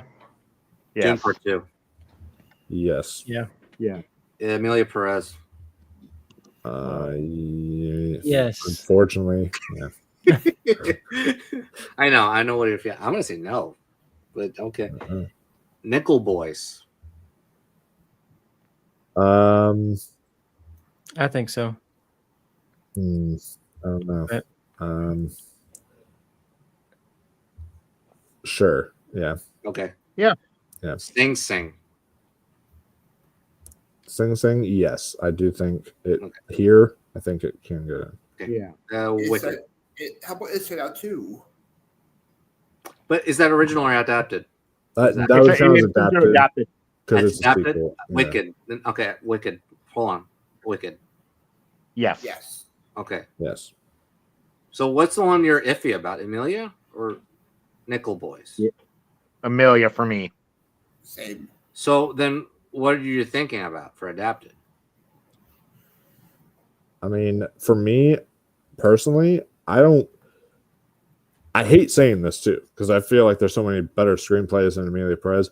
I think this is your 6. I honestly do not see anything else. Like Okay. I'm Wait, looking. though. You know which at one? it. The Wild What? Robot. The Wild Robot. Yeah, but it's not as dialogue heavy as you think, though. And the only other one I can even see competing here is Hitman because it is Richard Linklater and they Ooh. love Richard Linklater. You can nominate Glenn Powell for something. Yeah, I love Ooh, Linklater. I like Linklater's that. been doing this for Yeah. so long. I think that's a really good possibility. How It's about not on this? my list, but it's like number 7. You know. How about on there. this? Let's make it interesting. Let's take out Nickel Boys. Yeah. Or do you want to take out Amelia Perez? Let's take out Amelia Perez. yeah. I was thinking. You know what? probably I'm gonna gift Amelia Perez for this one. But I don't know. I don't want this either. But I mean, just But here's the one thing I will say that would they really nominate 2 musicals in a screenplay category? I don't think Wicked's kind of cheating because it's just based on the play. I think if one's going to miss Amelia and Wicked, it's going to be Wicked probably because it's very directly adapting the play, and I don't know if one misses here. I guess it's going to be Wicked because the script is not necessarily like the standout part of Wicked. It's the performances, like the really visual, the music, the the song. music, like the kind of set design, the production design, all that kind of stuff. The script, not so much.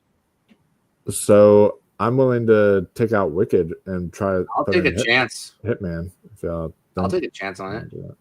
Yeah, I'll do that. Yeah. So so Conclave, Dune Part 2, Amelia Perez, Hitman, Nickel Boys, Sing Sing.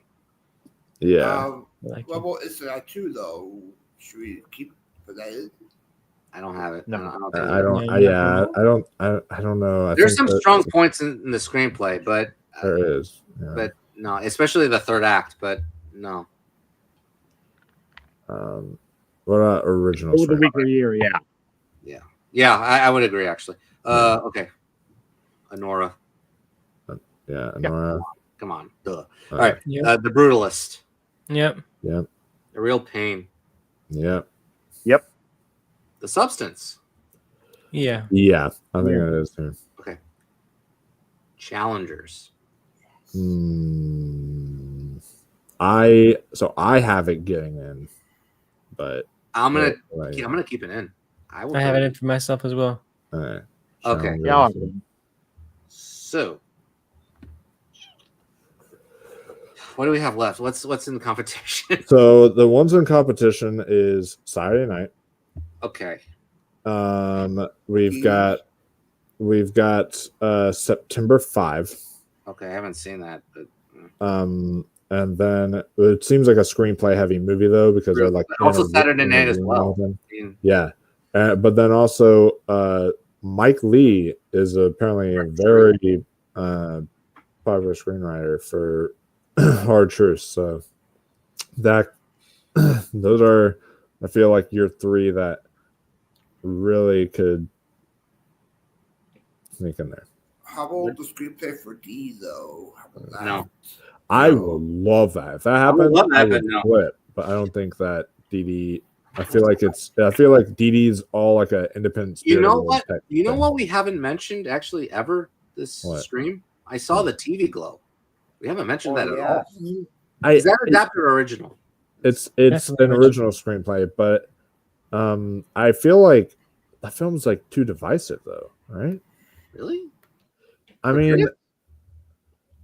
I love it, but I know that there's I some like it a people. I know there's some people who are all like, "It's very weird and artsy and blah blah." I don't know. There's some people who think it's. Do you know what else the problem is too, though? It is like almost. I hate to say this though. It's almost too small. Yeah, it's true. It's more. Yeah, I visual. loved it, but More visual, I think. yeah, more of a visual movie. Yeah, too. it's not dialogue heavy. You know, it's more No. of a director kind of. Yeah, and I agree. It's pretty divisive. Like I loved it, but I've shown it to people who just truly did not get it, and were like, I hated this. You know, so I think it Yeah. hits for people, but if it doesn't hit for you, it really, really doesn't hit for you. Yeah. Yeah.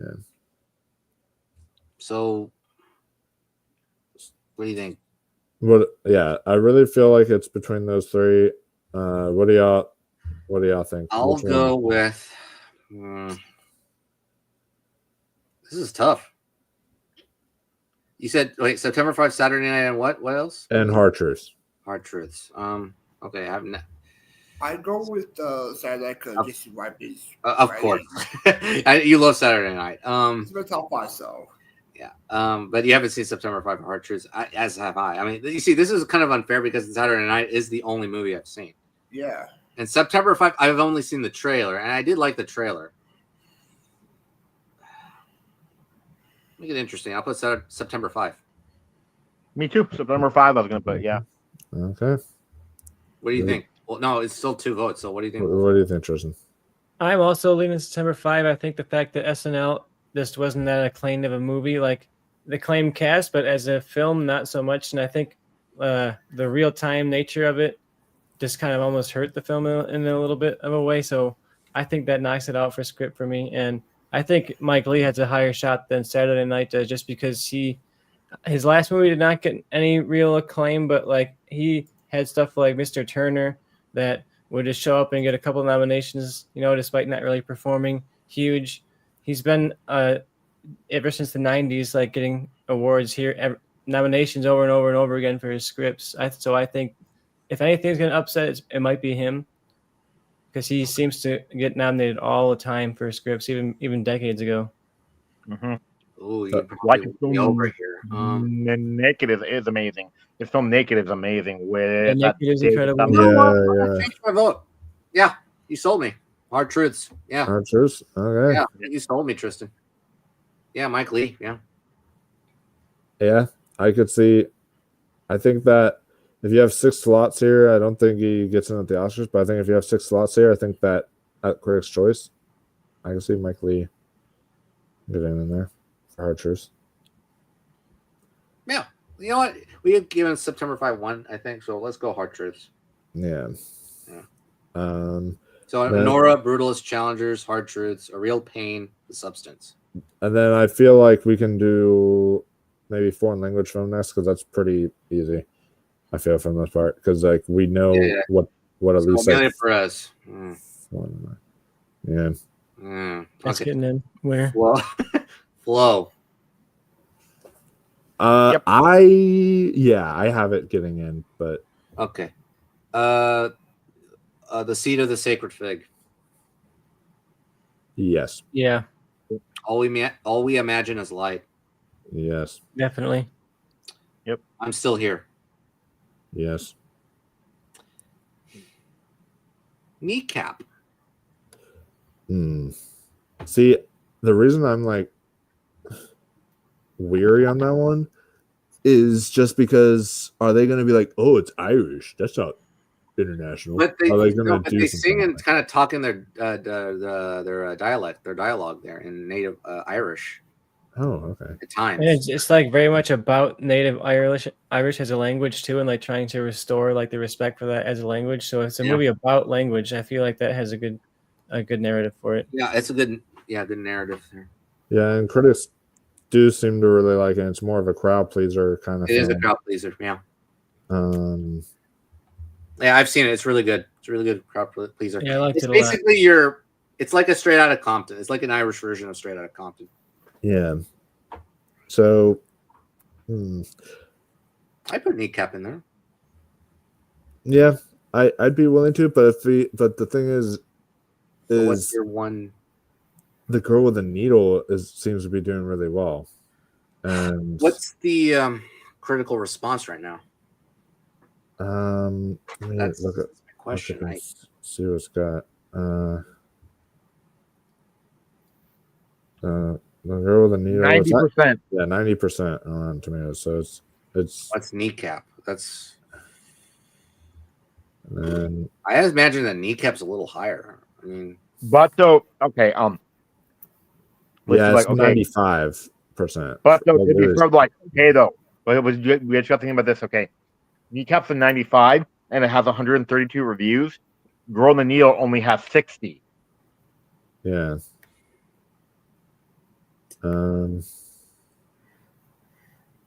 okay, you decide between those two. What do you think? Okay, so I think that I'm going to say this. I think that when it comes to the Oscars, I think Kneecap is going to get snubbed outright. I don't think it's going to make it into the Oscars, but I feel like I'll be surprised. Though. I'll be surprised if it gets in. Yeah. but I feel like when it comes to the Critics' Choice, I'd be willing to say Kneecap. Yeah, Kneecap. I'll go Kneecap. Same. Okay. Yeah. All right. So all we Kneecap imagine. has this actor too that like disappeared. I just saw who has done a movie in years. That's Michael Fassbender. I'm happy he's back in the movie. Oh right. Yeah. I forgot. Yeah. Yeah. Right. He's really good. And apparently he has been trying to campaign the movie too, like the best he can. Like he's been. Oh really? Okay. And people really like Fassbender. You know, when he was having his good run, he was like everyone was loving him. You know, so that could be a nice little, like a celebrity cast member to be behind Kneecap. You know. So all we imagine: Emilia, Flo, Kneecap. I'm still here. The Seed of the Sacred Fig. Okay. Yep. Okay. There's a few more. So cinematography. So Dune Part 2. Dune Part 2. Yes. Yeah. Brutalist. Yeah. Yep. Maria. The reason why I brought it up is because I think it says usual Lorraine's cinematographer, right? Yeah. Yeah. I'm gonna say Maria. Yeah. I could see it. What do you think, Tristan? I think Maria is gonna get in. I've been having Maria on my list all year just because of the cinematographer. Like they got nominated before, they've been nominated like a lot. So Yeah. I think it has a good shot. No one's really talking about Maria, but like it just came out today on Netflix. I think it's kind of good timing for stuff like this. I think it'll get in. Yeah. It did look good. I'll say that. Nosferatu. Definitely. From Yeah, I literally think so. from all the reactions, everything is saying the cinematography. Like everything is in it. So I think Conclave. yes, I think Conclave. Okay, now this is where it gets tricky.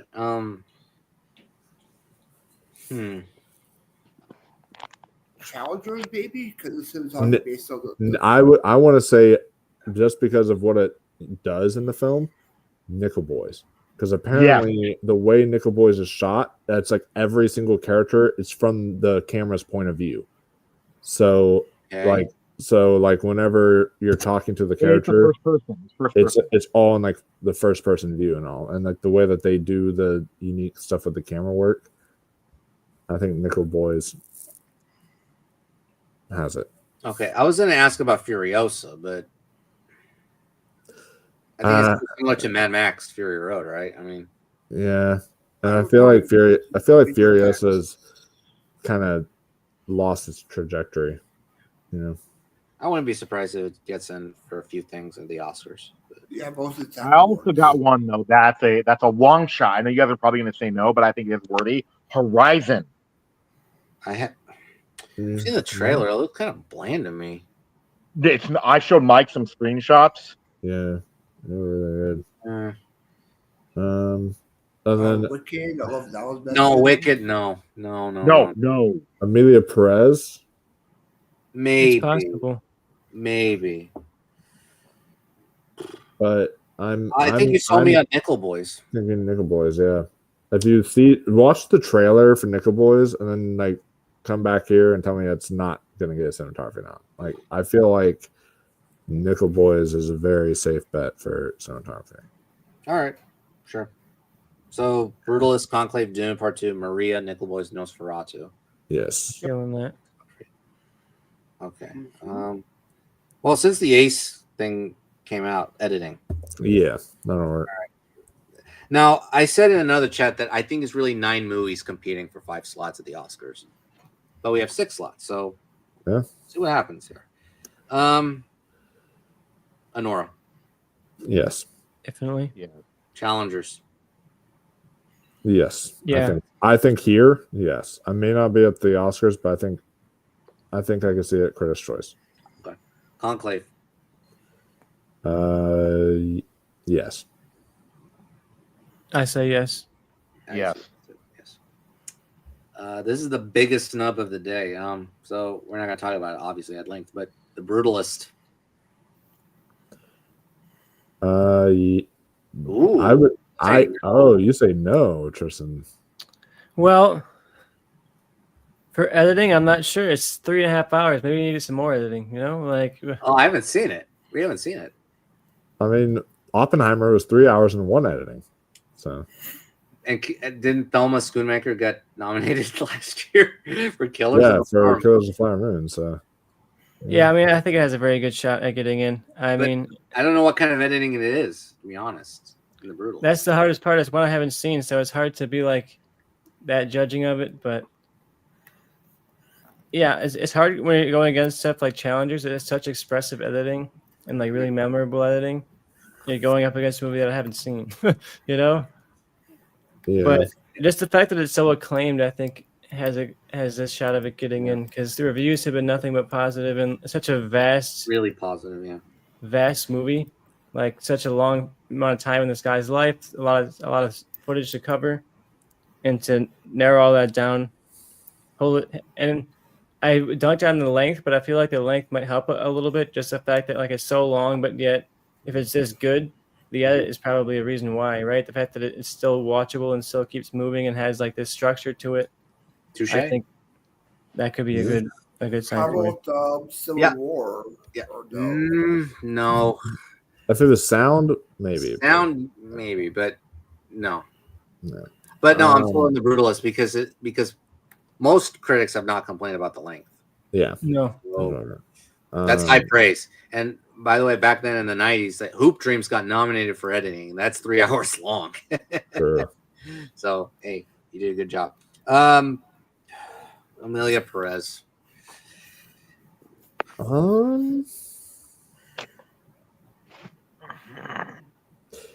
don't know.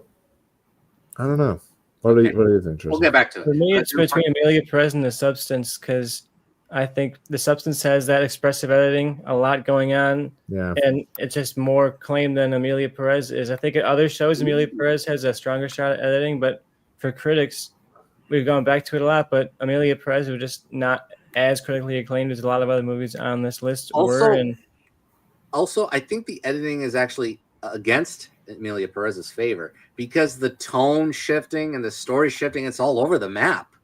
Yeah. Yeah, when the editing and The Substance is so memorable and so impactful, I think Amelia Perez is almost like disorienting with the editing. So I'm feeling The Substance over Amelia. Yeah, I mean, yeah, you can. Yeah, you know what? I'm sold. Yeah. Yeah.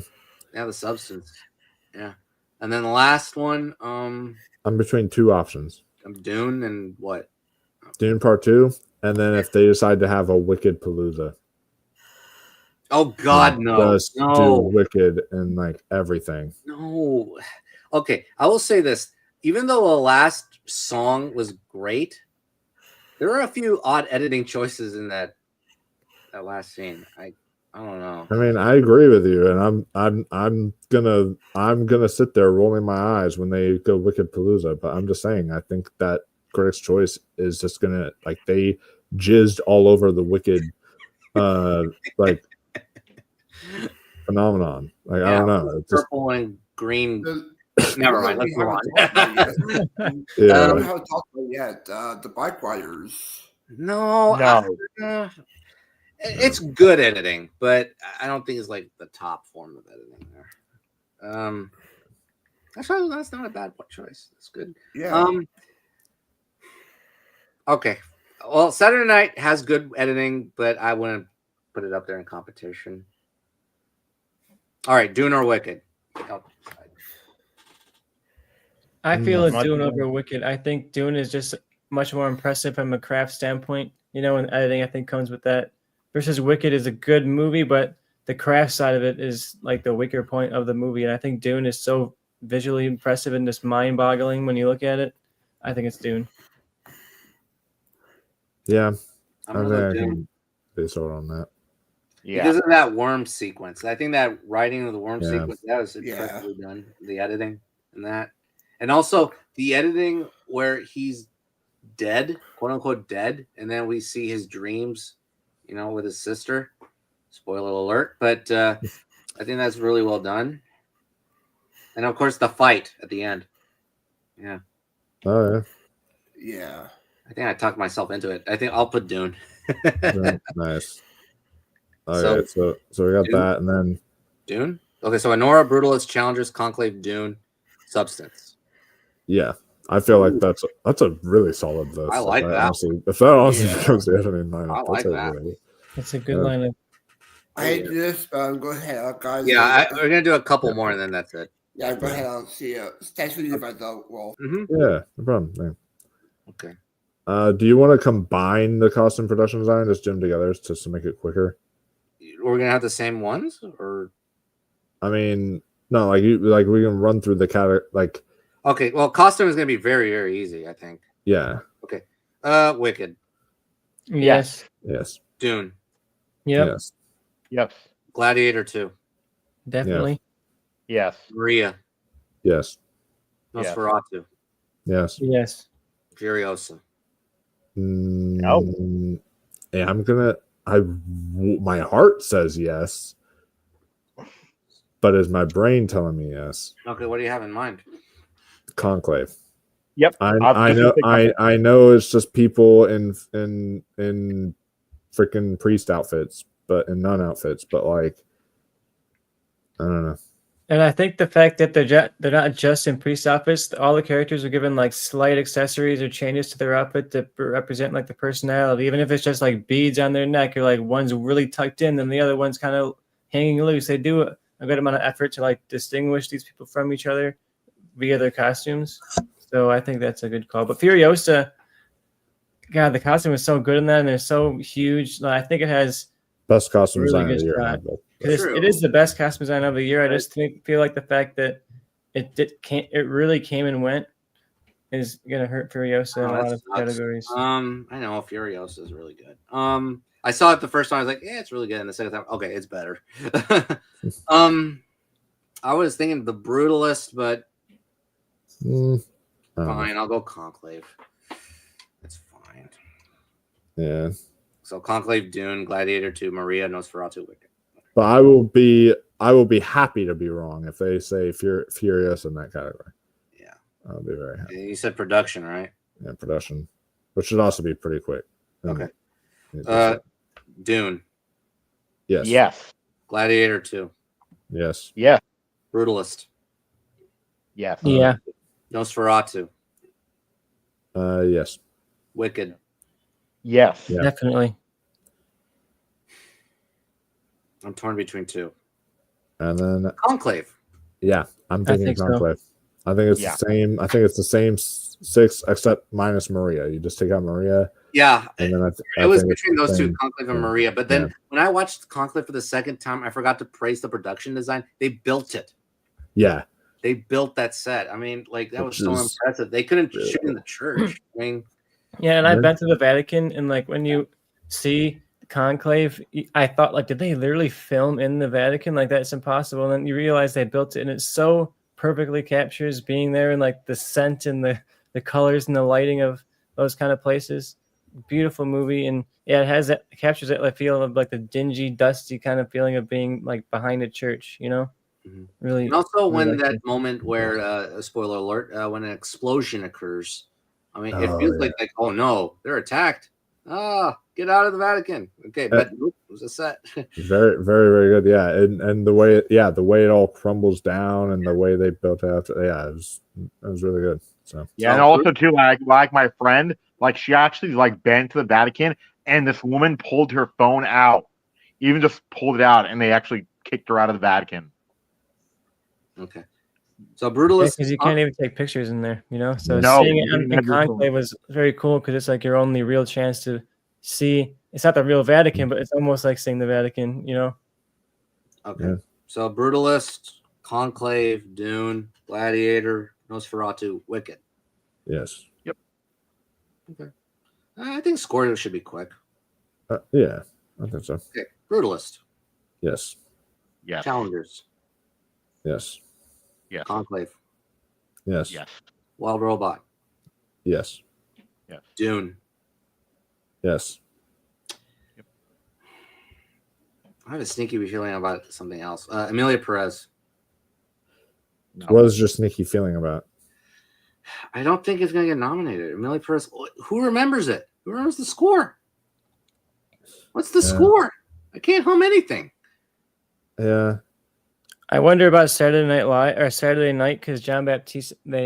People love John Baptiste. I was going to say John No, Baptiste him. is a very popular. What about Inside Out too? Also because people love Michael Giacchino. It's a very good score, but I don't think it's as great as that first one. And also, let me throw out to you: what if again they do what they do with musicals and mix up songs with score, and what if they do a Wicked Palooza, like I mentioned, give Wicked score? I don't remember the score to Nomination. Wicked. I mean, well, I don't also, remember. well, okay. The reason why that would be like feel like it would be cheating is apparently all the score that's in Wicked, 90 over 95% of it was actually from the stage play. All right, then I wouldn't. Yeah. That's something I like about Wicked in a way for score is that they did these great like rearrangements of the iconic stuff from the stage play, and I feel like it's very listenable. Like when you listen to the soundtrack, you're not just hearing the songs, you're hearing the score too, and I think Wicked has a shot. Yeah, and then also like the first 4 notes of like Unlimited is actually the same 4 notes as Somewhere Over the Rainbow. Okay, then you kind of talk me out of it. Then more. Hitman. No, I don't even remember the score. Score? Right. Yeah, I can tell you. A very weak year for score this year overall. I felt there's some good stuff, but nothing where I'm like that's an all-timer score. Like I don't even remember the score in the Wild Robot. Like I'm not gonna lie. No, the Wild Robot. Like I listen to that score, it's really good. I'll have to go back and play it again. But, yeah, it's really good. I don't know. You'll decide. I don't know. I think I want to take a risk on Saturday night. What do y'all think? Yeah, sure. Why not? There's some fun in there. All right, so Brutalist, Challengers, Conclave, Dune Part 2, Saturday Night, Wild Robot. Yeah. Okay. What's left? Oh, visual effects? No, this is interesting. Okay, Dune Part 2, duh. I mean, easy. Definitely. That should win everything. Furiosa. Yes. Yeah. I actually. Ooh. You don't think so? Okay, for visual effects, sure. I'll say yes. Wicked. Yeah. Yeah. Kingdom of the Planet of the Apes. Yeah. I think so. Twisters. Yeah. I see that the reason I hesitated with Furiosa is I actually took out Furiosa to put in Twisters. Okay. But then I'm like, okay. Well, last I'll mention Deadpool and Wolverine. Not here. I think it gets in for the Oscars, but I don't think here. Okay, so basically we have 4, and then we have 2 slots left. What have y'all mentioned Mufasa? Yeah, I don't want to count out Mufasa. I think is You think Mufasa's gonna happen? I think Mufasa happens. I'm not. Movie looks. It's one of those things where like the movie doesn't even look good, but just like the accomplishment of the effects work makes you feel like I could get in here.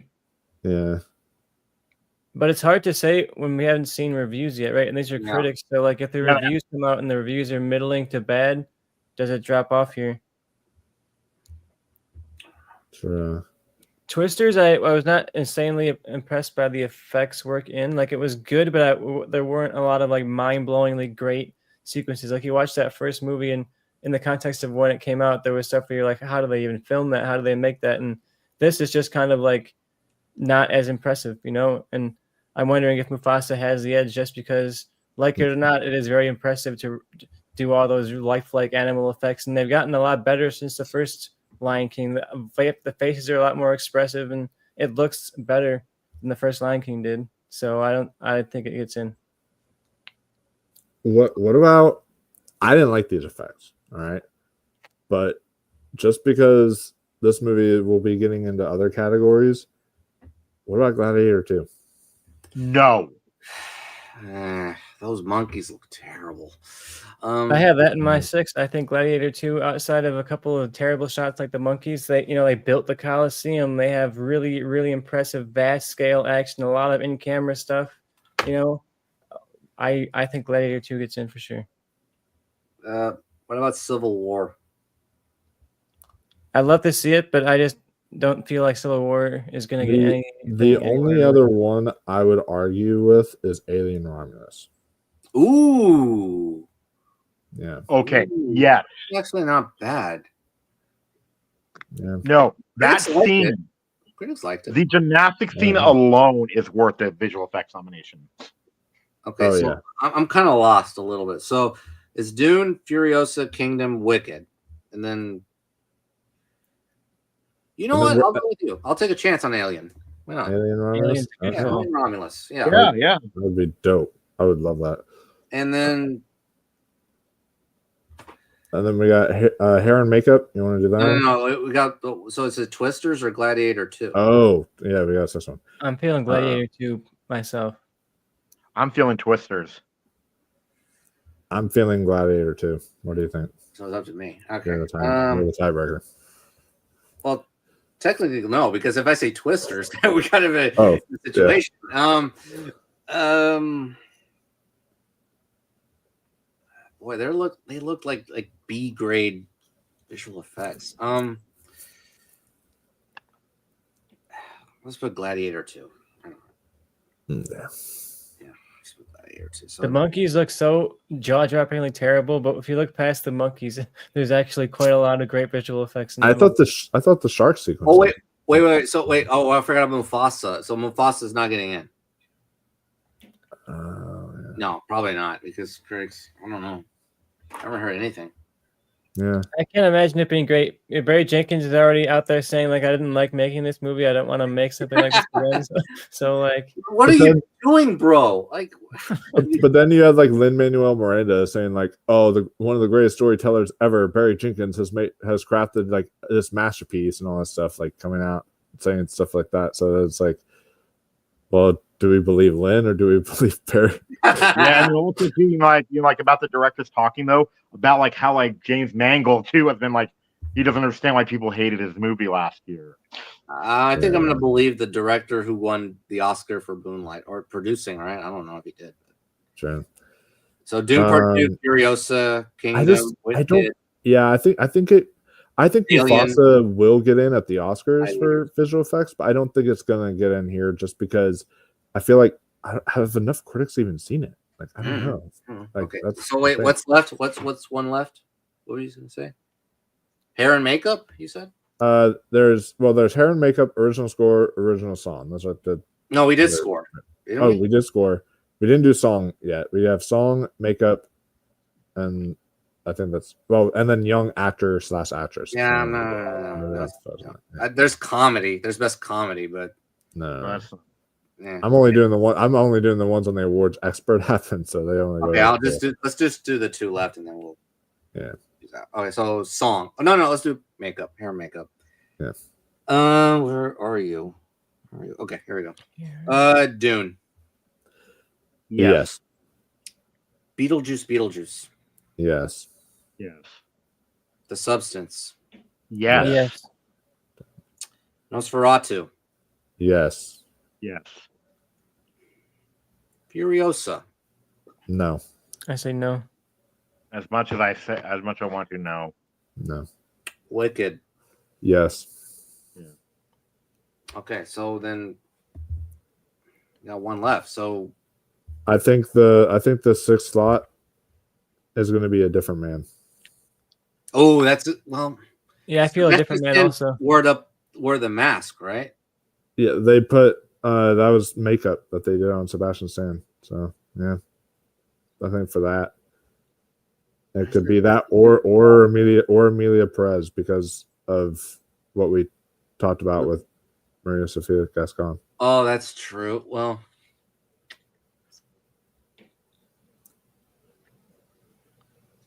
I'm But feeling a also different man. I like the different man call though. Yeah. Yeah, but also too like in Furiosa the nose. Yeah, let's go a different man. Okay. Yeah. So Yep. Beetlejuice, A Different Man, Dune, Nosferatu, The Substance, Wicked. Yeah. I think that's a solid. It's a good lineup right there. I think what should be nominated, but again, it's Bleecker Street, is Sasquatch Sunset, because you couldn't even recognize any of the actors. In That was a great one. Makeup. It was excellent. Yeah, makeup. but what is the critical response to that one? Not good. It doesn't matter though. It doesn't matter with makeup. It doesn't matter with makeup is because if the Suicide Squad can actually win an Oscar for makeup, that's true. That was a weak year though. Then for that one. Okay, so we have one left. A song, right? Yeah. Okay. I'll just point out the Amelia Perez song. So El Mal and Mi Camino. Yep, they're both good again, I think. Kiss the Sky from the Wild Robot. Yep. I think Yeah, probably. Compress Repress from Challengers. Yeah, I think I could. Yeah, there's not a ton of. This is weak. Yeah, this is a weaker category. Like a Bird, Sing. I think yes for Like a Bird. Yeah. Okay, so I'm torn between two for this last slot. So Beyond Moana 2 and Harper and Will Go West, Will and Harper. Oh, Harper and Will Go West. I think, or what if they did like Piece by Piece? It's Pharrell Williams. What's the song? It's Piece by Piece. It's the song is titled Piece by Piece. Piece by Piece? Yeah. From Piece by Piece? Okay. Yeah. I'm wondering about Beautiful That Way, the Miley Cyrus song from Last Showgirl. Got nominated at the Golden Globes. Yeah. Miley Cyrus kind of has that celebrity vote appeal.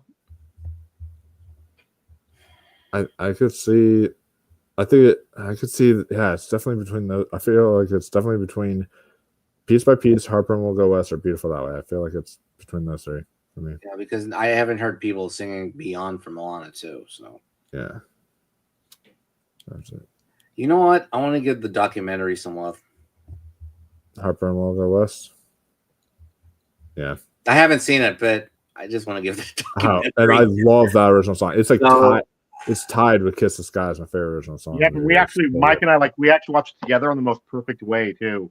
You know, we actually watched it on a road trip. Yeah, that'll add to it. So Will and Harper, the Harper and Will Go West. Yeah, Harper and Will Go West. Yeah, we were how long were we in that car, Mike? 10 hours. 8 hours. I think. So we're talking Challengers, the two Amelia Perez songs, Sing, The Wild Robot, and Will and Harper. That's the song. Yeah. Actually, it sounds a little better than that Golden Globes slot coming up. I know. I actually think I like it better than the Golden Globes. List of songs that they had. I mean, I haven't heard the Better Man song, but that was what was at the Golden Globes. So we're not doing comedy. We're not doing young actor, actress. Okay, I think that's it. Yeah, I think that's all the major categories. So, So yeah, that's pretty much covers it all. All right. Well, Very thoroughly. yeah. When does it? When are they announced?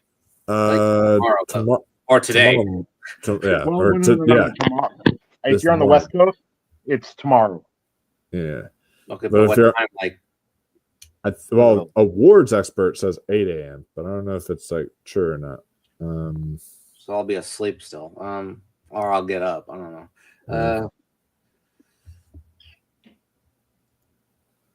Okay, well, it's gonna be interesting. Let's see if it gets the same or it gets a little more wacky. It's been a really fun awards season. It's been fun because there's front runners, but there's also just every single category has at least like 1 or 2 slots you're fighting about, you know? Yeah. And then every award show has that weird thing so far where you're like didn't even see it coming whatsoever, and then it pops in there. So, but before we sign off, like what is the most confident you think like the actor or movie will win right now?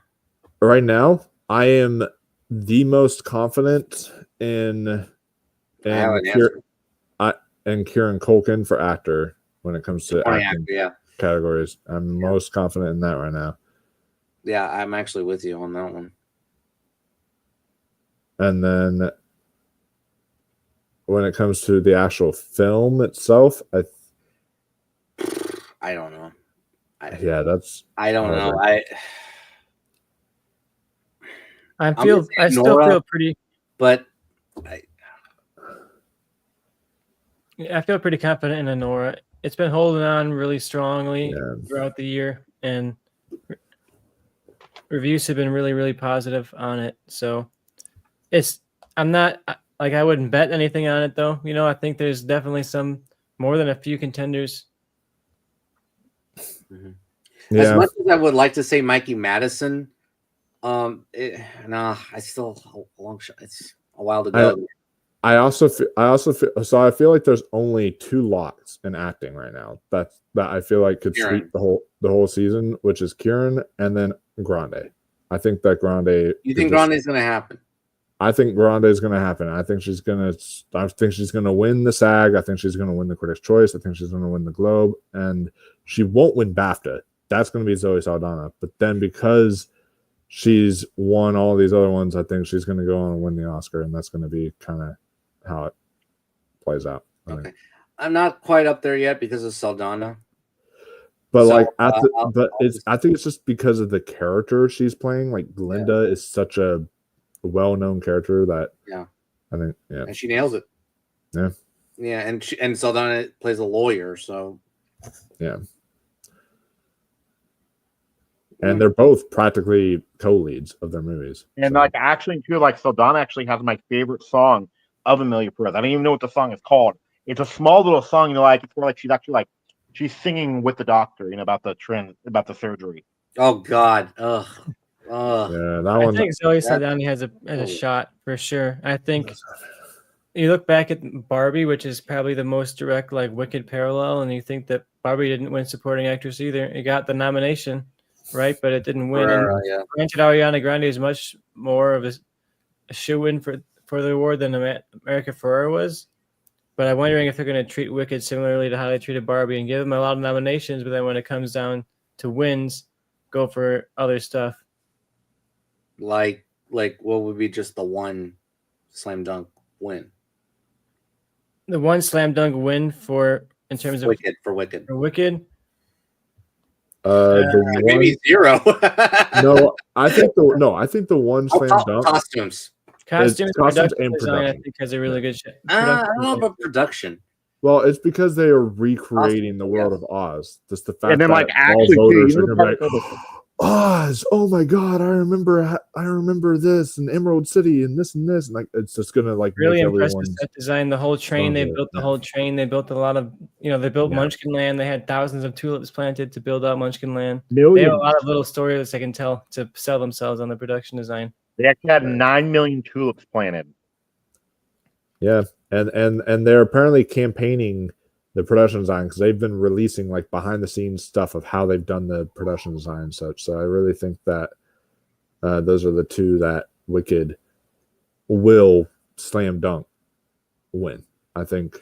Yeah, but and those like, are like, but it could just walk away with only those two, or it could walk away with more. So, what do you guys think the like will be the Brian Tyree Henry or the America Fair at the Oscars, where they get maybe like one nomination Like somewhere? the surprise Yeah. nomination. Yeah. I think we're at a point. I don't know. I think it's Maybe going to they be want the to believe in actress social category. revenue. I think it's going to be the actress Yeah. category, not supporting. Yeah, I think it would be like Fernanda Torres, I think. Fernanda Torres or Marion Jean Baptiste. Yeah, I think it'll be Will one of it those. be Kate Winslet? No, Kate Winslet. I mean, no, I don't think so. I feel like she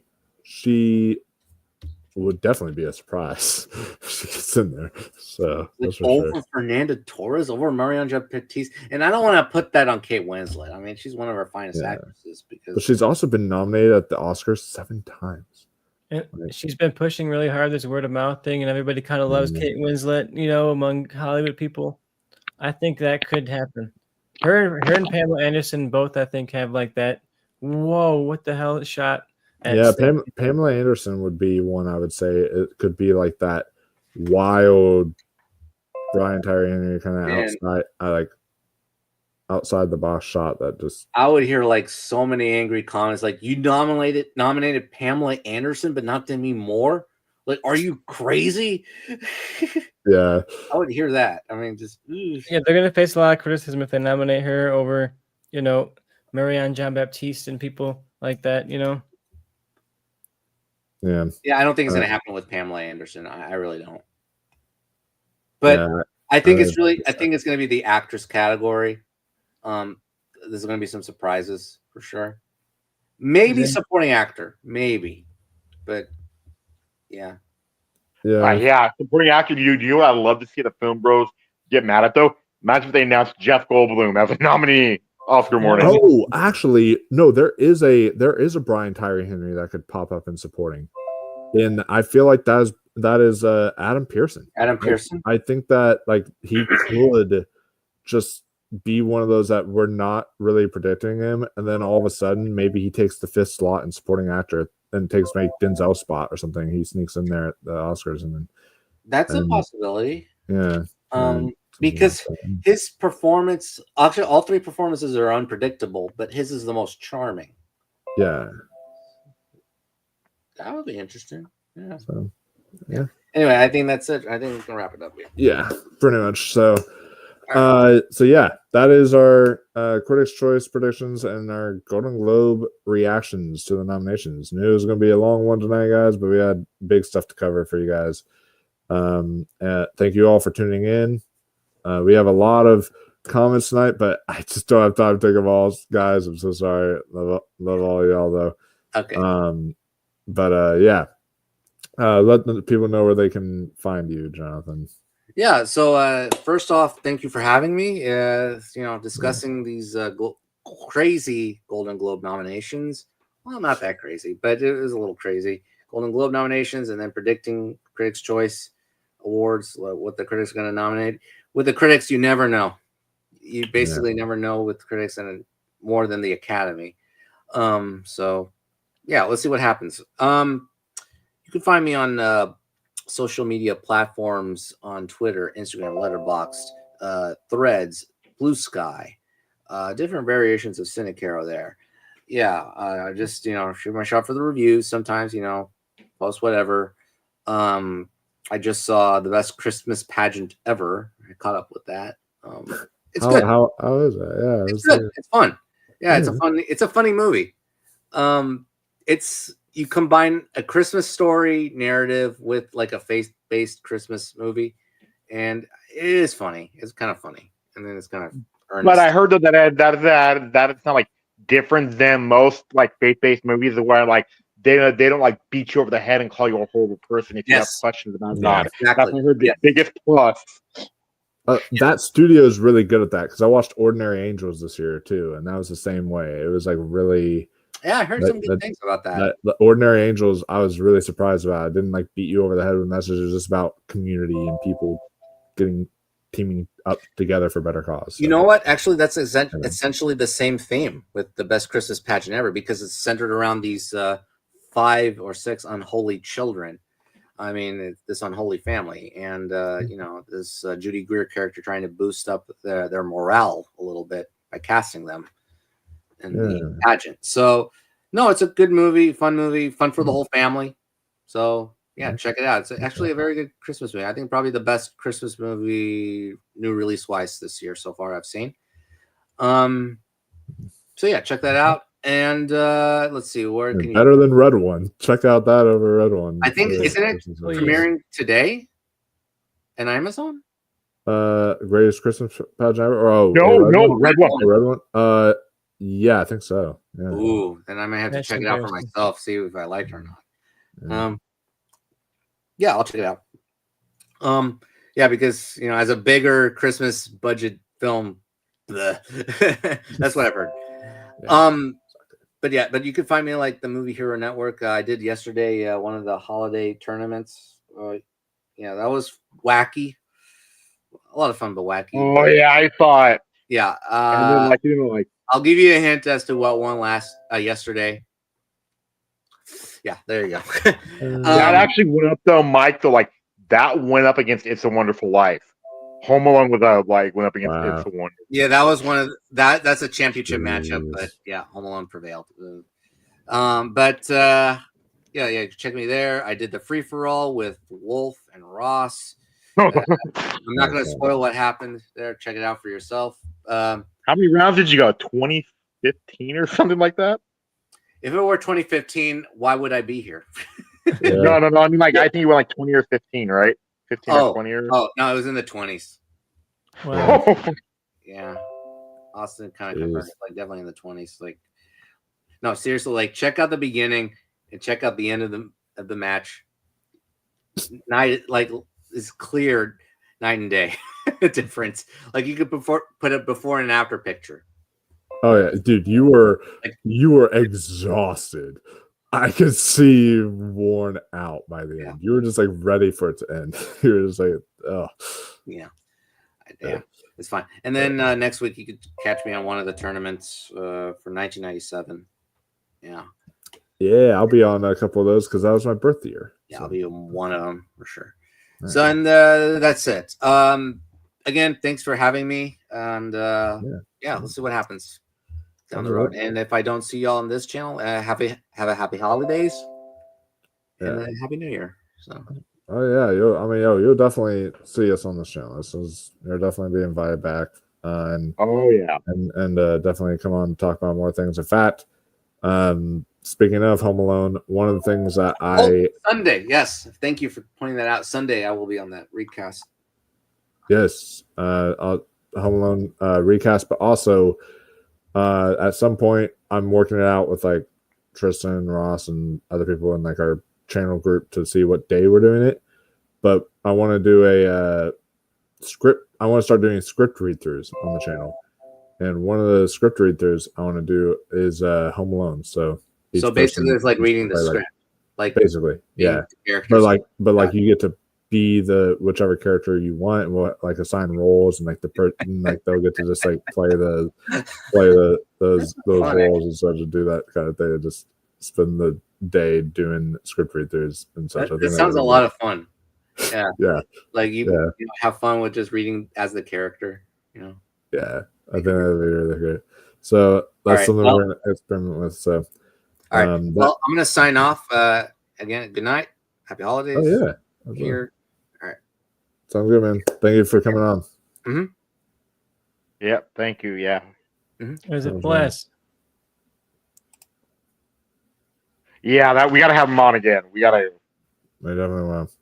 Yeah, he was great. But yeah, on top, other than just some more awards roundtable stuff, we'll also have some Christmas content coming very soon. I keep promising it, and it is coming. I have a show that's coming eventually. It's just I've been busy with a lot of stuff, having to work out some things, so it's coming to you guys soon.